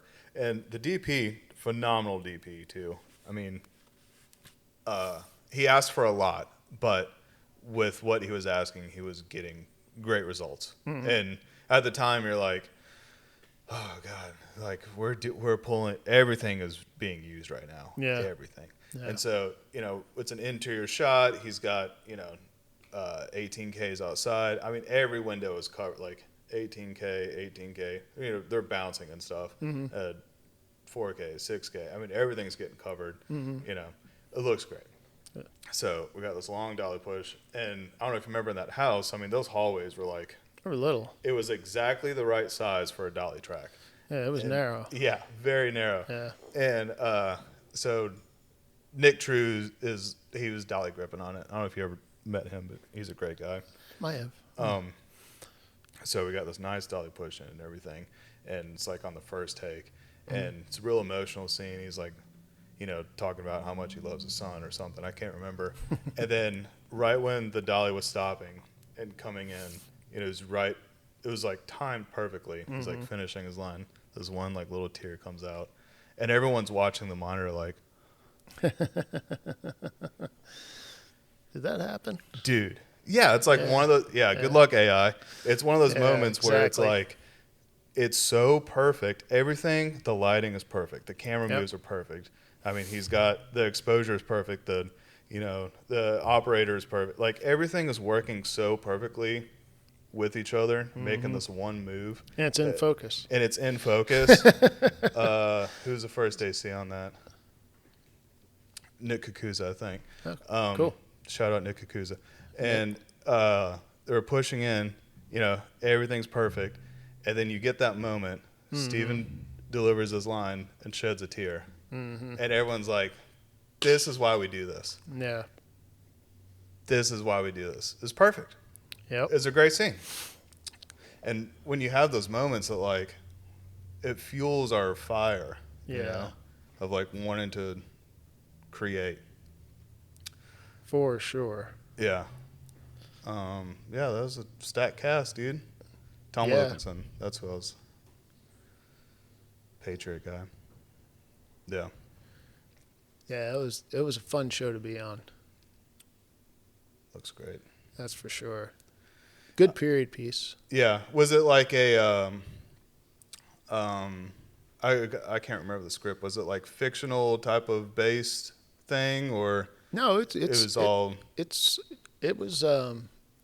supposed to be about everything that led up to it. So I don't think much of it was fictional about it. I mean, yeah, I think it was based off the true story. Yeah. Oh, there it is, the true story. Yeah. I'm gonna have to go rewatch that. I love that period of time in history too. Yeah. Like the country's just like figuring stuff out, We're still figuring it out. We're still figuring it out, guys. We're not we're not perfect. That's for sure. Yeah, I'm gonna have to go rewatch that one. Yeah, that's a good one. Yeah. What else was your favorites that you worked on? Let's see. Halloween Kills, right? Was that fun? I didn't do the whole show. Oh, really? But I did a good portion of it. You It were was there- fun. The burning down the house, right? Yeah, it was fun. Yeah. Mr. Mercedes was fun. The DP Ep1 Neiman is unreal. Phenomenal. Ep1 is a great guy, Yeah. fantastic director of photography. He kind of, one of the things that was he respected what what I was doing. Yeah. And as a best boy, if he said, Ritchie, I need the camera, here and here and here. I said, okay, Ep1. I said, hey, I got this idea. I'd go and look at a car or whatever. So I got this idea. We're gonna do this, and then we're gonna take the camera offset. We're gonna slide it over here, and we're just gonna support it. But I've made some camera rigs for inside of cars just to ratchet strap down and they don't move. And then when you want to go to the other side, we're just going to loosen the bolt, swing it over and support the bottom and do that. He goes, let's do it. Like, all right, come on, let's go. Yeah. I was just like, instead of moving the rig all over the place, Yeah. to get, these shots, it was just like, let's try this. And he's like, yeah. Let's try it. Yeah, that's one thing I love about DPs with open minds. Is they hear that they have an idea, they give you the idea. Yeah. You're like, well, we could make it better and do this, and it's like, well, can we? It's like, well, I always ask them. It's like, where do you want the lens? yeah, What do you want to see? And how? I mean, do you want it more in front of the eye? You want a sidey? What do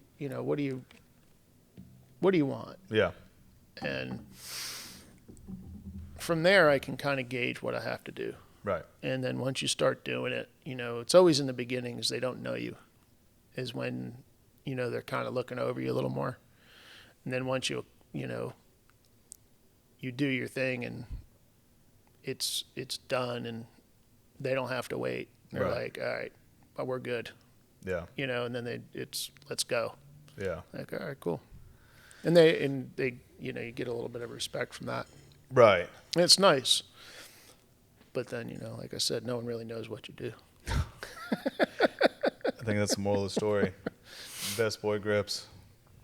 No one really knows. Nobody really knows. In reality, you are the glue that holds the family together. Well, we try. We absolutely try. We're Let's see. What else did we do? Under the Dome. That's when I Yeah. kind of started out, was Secrets and Lies. That was fun. Under the Dome was fun. Cool concept. Yeah. There's a dome. Yeah. Why is there a dome? Well, Surface was interesting too. That was a long time ago. Surface. Yeah, we had a little sea creature named Nim. And Where's that at? it's probably way past Little Britain and Mark Pease. I gotcha. There it is. Oh yeah, dude. That's when we had to put Oh boy. tons of green screen up for reference marks and things like that. And, it was pretty cool. Yeah. Oh, is this a Hard show. That was a 70-hour-a-week show Oh, that we did. that's cool. I Well, miss those, dude. It was tired. It was tiring. Yeah. A Lake Bell. Wow. Look at that. Yeah.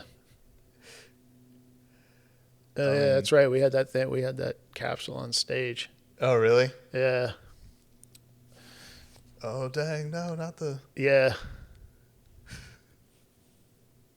This is awesome. Yeah. I can't believe I haven't seen this. Yeah. It's a pretty interesting show. A Oh, lot of definitely people really watching it. liked it, but they canceled it after one season. Well, It was a hard show, but it's a good show. like hard technically. Yeah.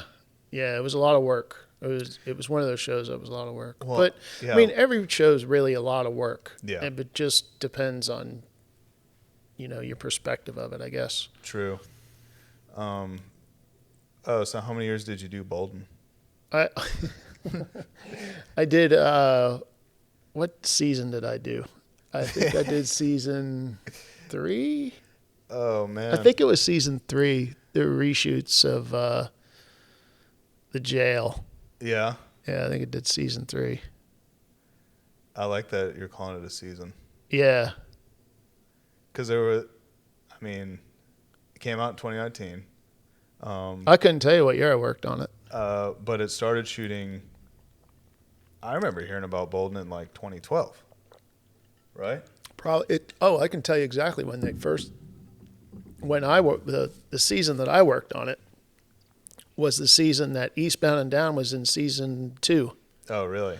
Yeah, So that was, because those guys went to Puerto Rico and I did this. yeah, that was 2010. Yeah, Wow. reshoots, like 15 weeks of them. Yeah. Yeah, I think it was 15 weeks. Oh my god. It looks cool though. It looks good. I hadn't watched it. I still haven't seen it. Really? Yeah. 20 years of shooting. Almost. Wait, how many years? No. 20, for me? Yeah. 23. I started in like 2000, I believe. Oh, no, I meant Bolden. Oh, Bolden? No. Oh, who knows? Yeah, dude. Yeah. Yeah, you've been in the business 23 years, Yeah. right? Yeah. Oof. It's a lot of years. Yeah.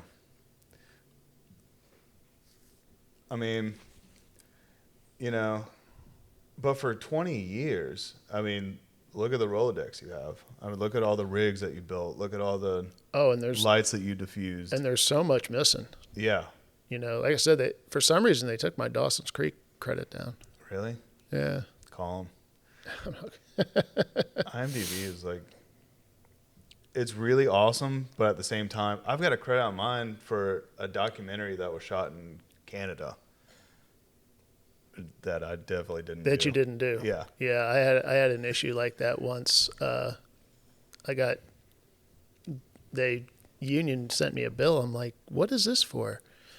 Oh, it's for the show you worked on. I'm like, I've never been on that show. Is it called something else? Yeah. It's like it was only like one day of work. Yeah. It was really weird. I said, I have no recollection of that. I've looked through every one of my old emails and looked through all of my old call sheets. Weird. And, well, not call sheets, crew lists. Yeah. I am quite sure I was never on that show. And they started looking at it. They're like, yeah, well, apparently it was in New Orleans. I said, at that point in time, I had never been to New Orleans. Yeah. I'm like, and why would you guys bill me for it? Yeah, that's weird. They're like, oh, yeah, you know, that's... And they were like, oh, yeah, we'll get rid of it. I was like, all right, cool. There's another one up top that was real. Another... I mean, they were all fun and Yeah. good, you know? Yeah. I mean, Flash was funny. Yeah. It's a good show to be on. Dude. That was a little bit to get used to. That was with... The handheld stuff. Yeah. Well, it's kind of like... And now it's, you know, it's... oh, yeah. What was it when we were shooting it? It wasn't Welcome to Flash. It was... had a different name. Oh. Why is this on your credits, though? Because this is like the UK version, isn't it? Yeah, but they changed the name after the... yeah. Before they released it. Right. This country, it was called first. Oh. And now it's Welcome to... before the first season came out, it was called Welcome to Flash. Right. That just unfortunately got canceled. Really? Yeah. I heard that. I think I saw someone on Instagram about it. Yeah. Yeah. Which of those shows, it's like they're hit or miss, you know? Like they really capture an audience like Yeah. Parks and Rec and The Yeah. Office and stuff like that. Or they kind of flop. Well, I had heard something about they're talking about bringing The Office back. Dude. And you know, that's Paul Feig was one of the Really? creators of the show. Well, not originally, but and Jenny Bix apparently I think she was part of that as well. I mean, I'm down. I'll Yeah. watch it. Yeah. But I don't know if I'm gonna like it. You know? All these like redos and remakes and like, dudes, let's come up with some original things, you know? Yeah. Yeah. But well, we've done 2 hours and 55 minutes. Have we really? Yeah. I don't know. Time flies when you're having fun. Lots of fun. Yeah, dude, you got quite the Rolodex, man, and you know, you're a big deal, bro. I mean, you've done a lot in your career, and It's a lot. I'm assuming you're gonna do way more too. I mean, you're not retiring after the strike, are you? No, I'm 52. I got another bunch you of got years to do. 30 more years, bro. 30. Yeah, look at Pete. Pete Dallygrip. He's getting up there, Pete, right? he's retired too. Oh, is he? Yeah, he's ritired. He still does it. Yeah. Well, he's been Yeah. retired for a while. And, Yeah, he's just bored as hell. He's like, I just do it for something to do. What? Like, hey, Pete. Yeah. Pete's a good dude. He's a great guy. He's a super great guy. Yeah. Well, But yeah, I got a number of years left in me. good, man. And you know, hopefully the strike gets over with, and Oh, I hope so. I hope so. You know, for everybody's sake, that's that. I don't think it's as well spoken about in the news about yeah, how much it really is affecting, the crew. Not only the actors, but the crew that support every office people, yeah, PAs, people who just starting out in the industry, but only maybe in the industry a year or two, even 4 years. yeah, They don't have that savings built up, or they don't have that investment quite yet in their Right. life where, they may live in a place that's a lot more expensive than, Wilmington or Charleston, or, maybe in Maryland or New York, Yeah. or LA. Not to say that where we live now is inexpensive, because it has gotten darn expensive. yeah, dude. But, people, I feel bad for them because, they don't have the longevity of being in the industry as long as, as I have, and a lot of my colleagues. Yeah, A lot of people that I've been around for 23 years. And, it's tough. And some of them, it's hard on life. Yeah. You got families, they've got kids, kids aren't cheap. no, they are not. Families are not, keeping a family together is tough, Yeah, and, you got one kid, two kids, doesn't matter. You got to bring money in somehow, right. and even with, us being in the industry and, having a wife that works, sometimes that's not enough, Right. No, Not anymore. not anymore. Yeah. So when I get new people in, people ask me like, well, what should I do? Don't spend any money. What do you mean? Don't spend your money. Yep. Why? Because we have ebbs and flows in this industry, and just don't spend any money. Do a job, save all you can. Mm-hmm. Pay off if you've got credit card debt, stuff like that. Get rid of it.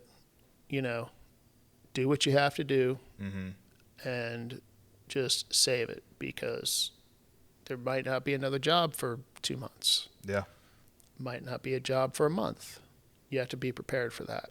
Right. And, just be smart. It's good advice, because especially here where the industry, like you said, ebb and flows a lot. It's, Smaller market. Yeah, it's a smaller market. We have random things that come up, like incentives and Hurricanes. Hurricanes and strikes and Yeah. shows canceling and COVID and You know. Yeah, and contracts and Yeah. I mean, things happen. 491 contracts coming up, right? July. Yep.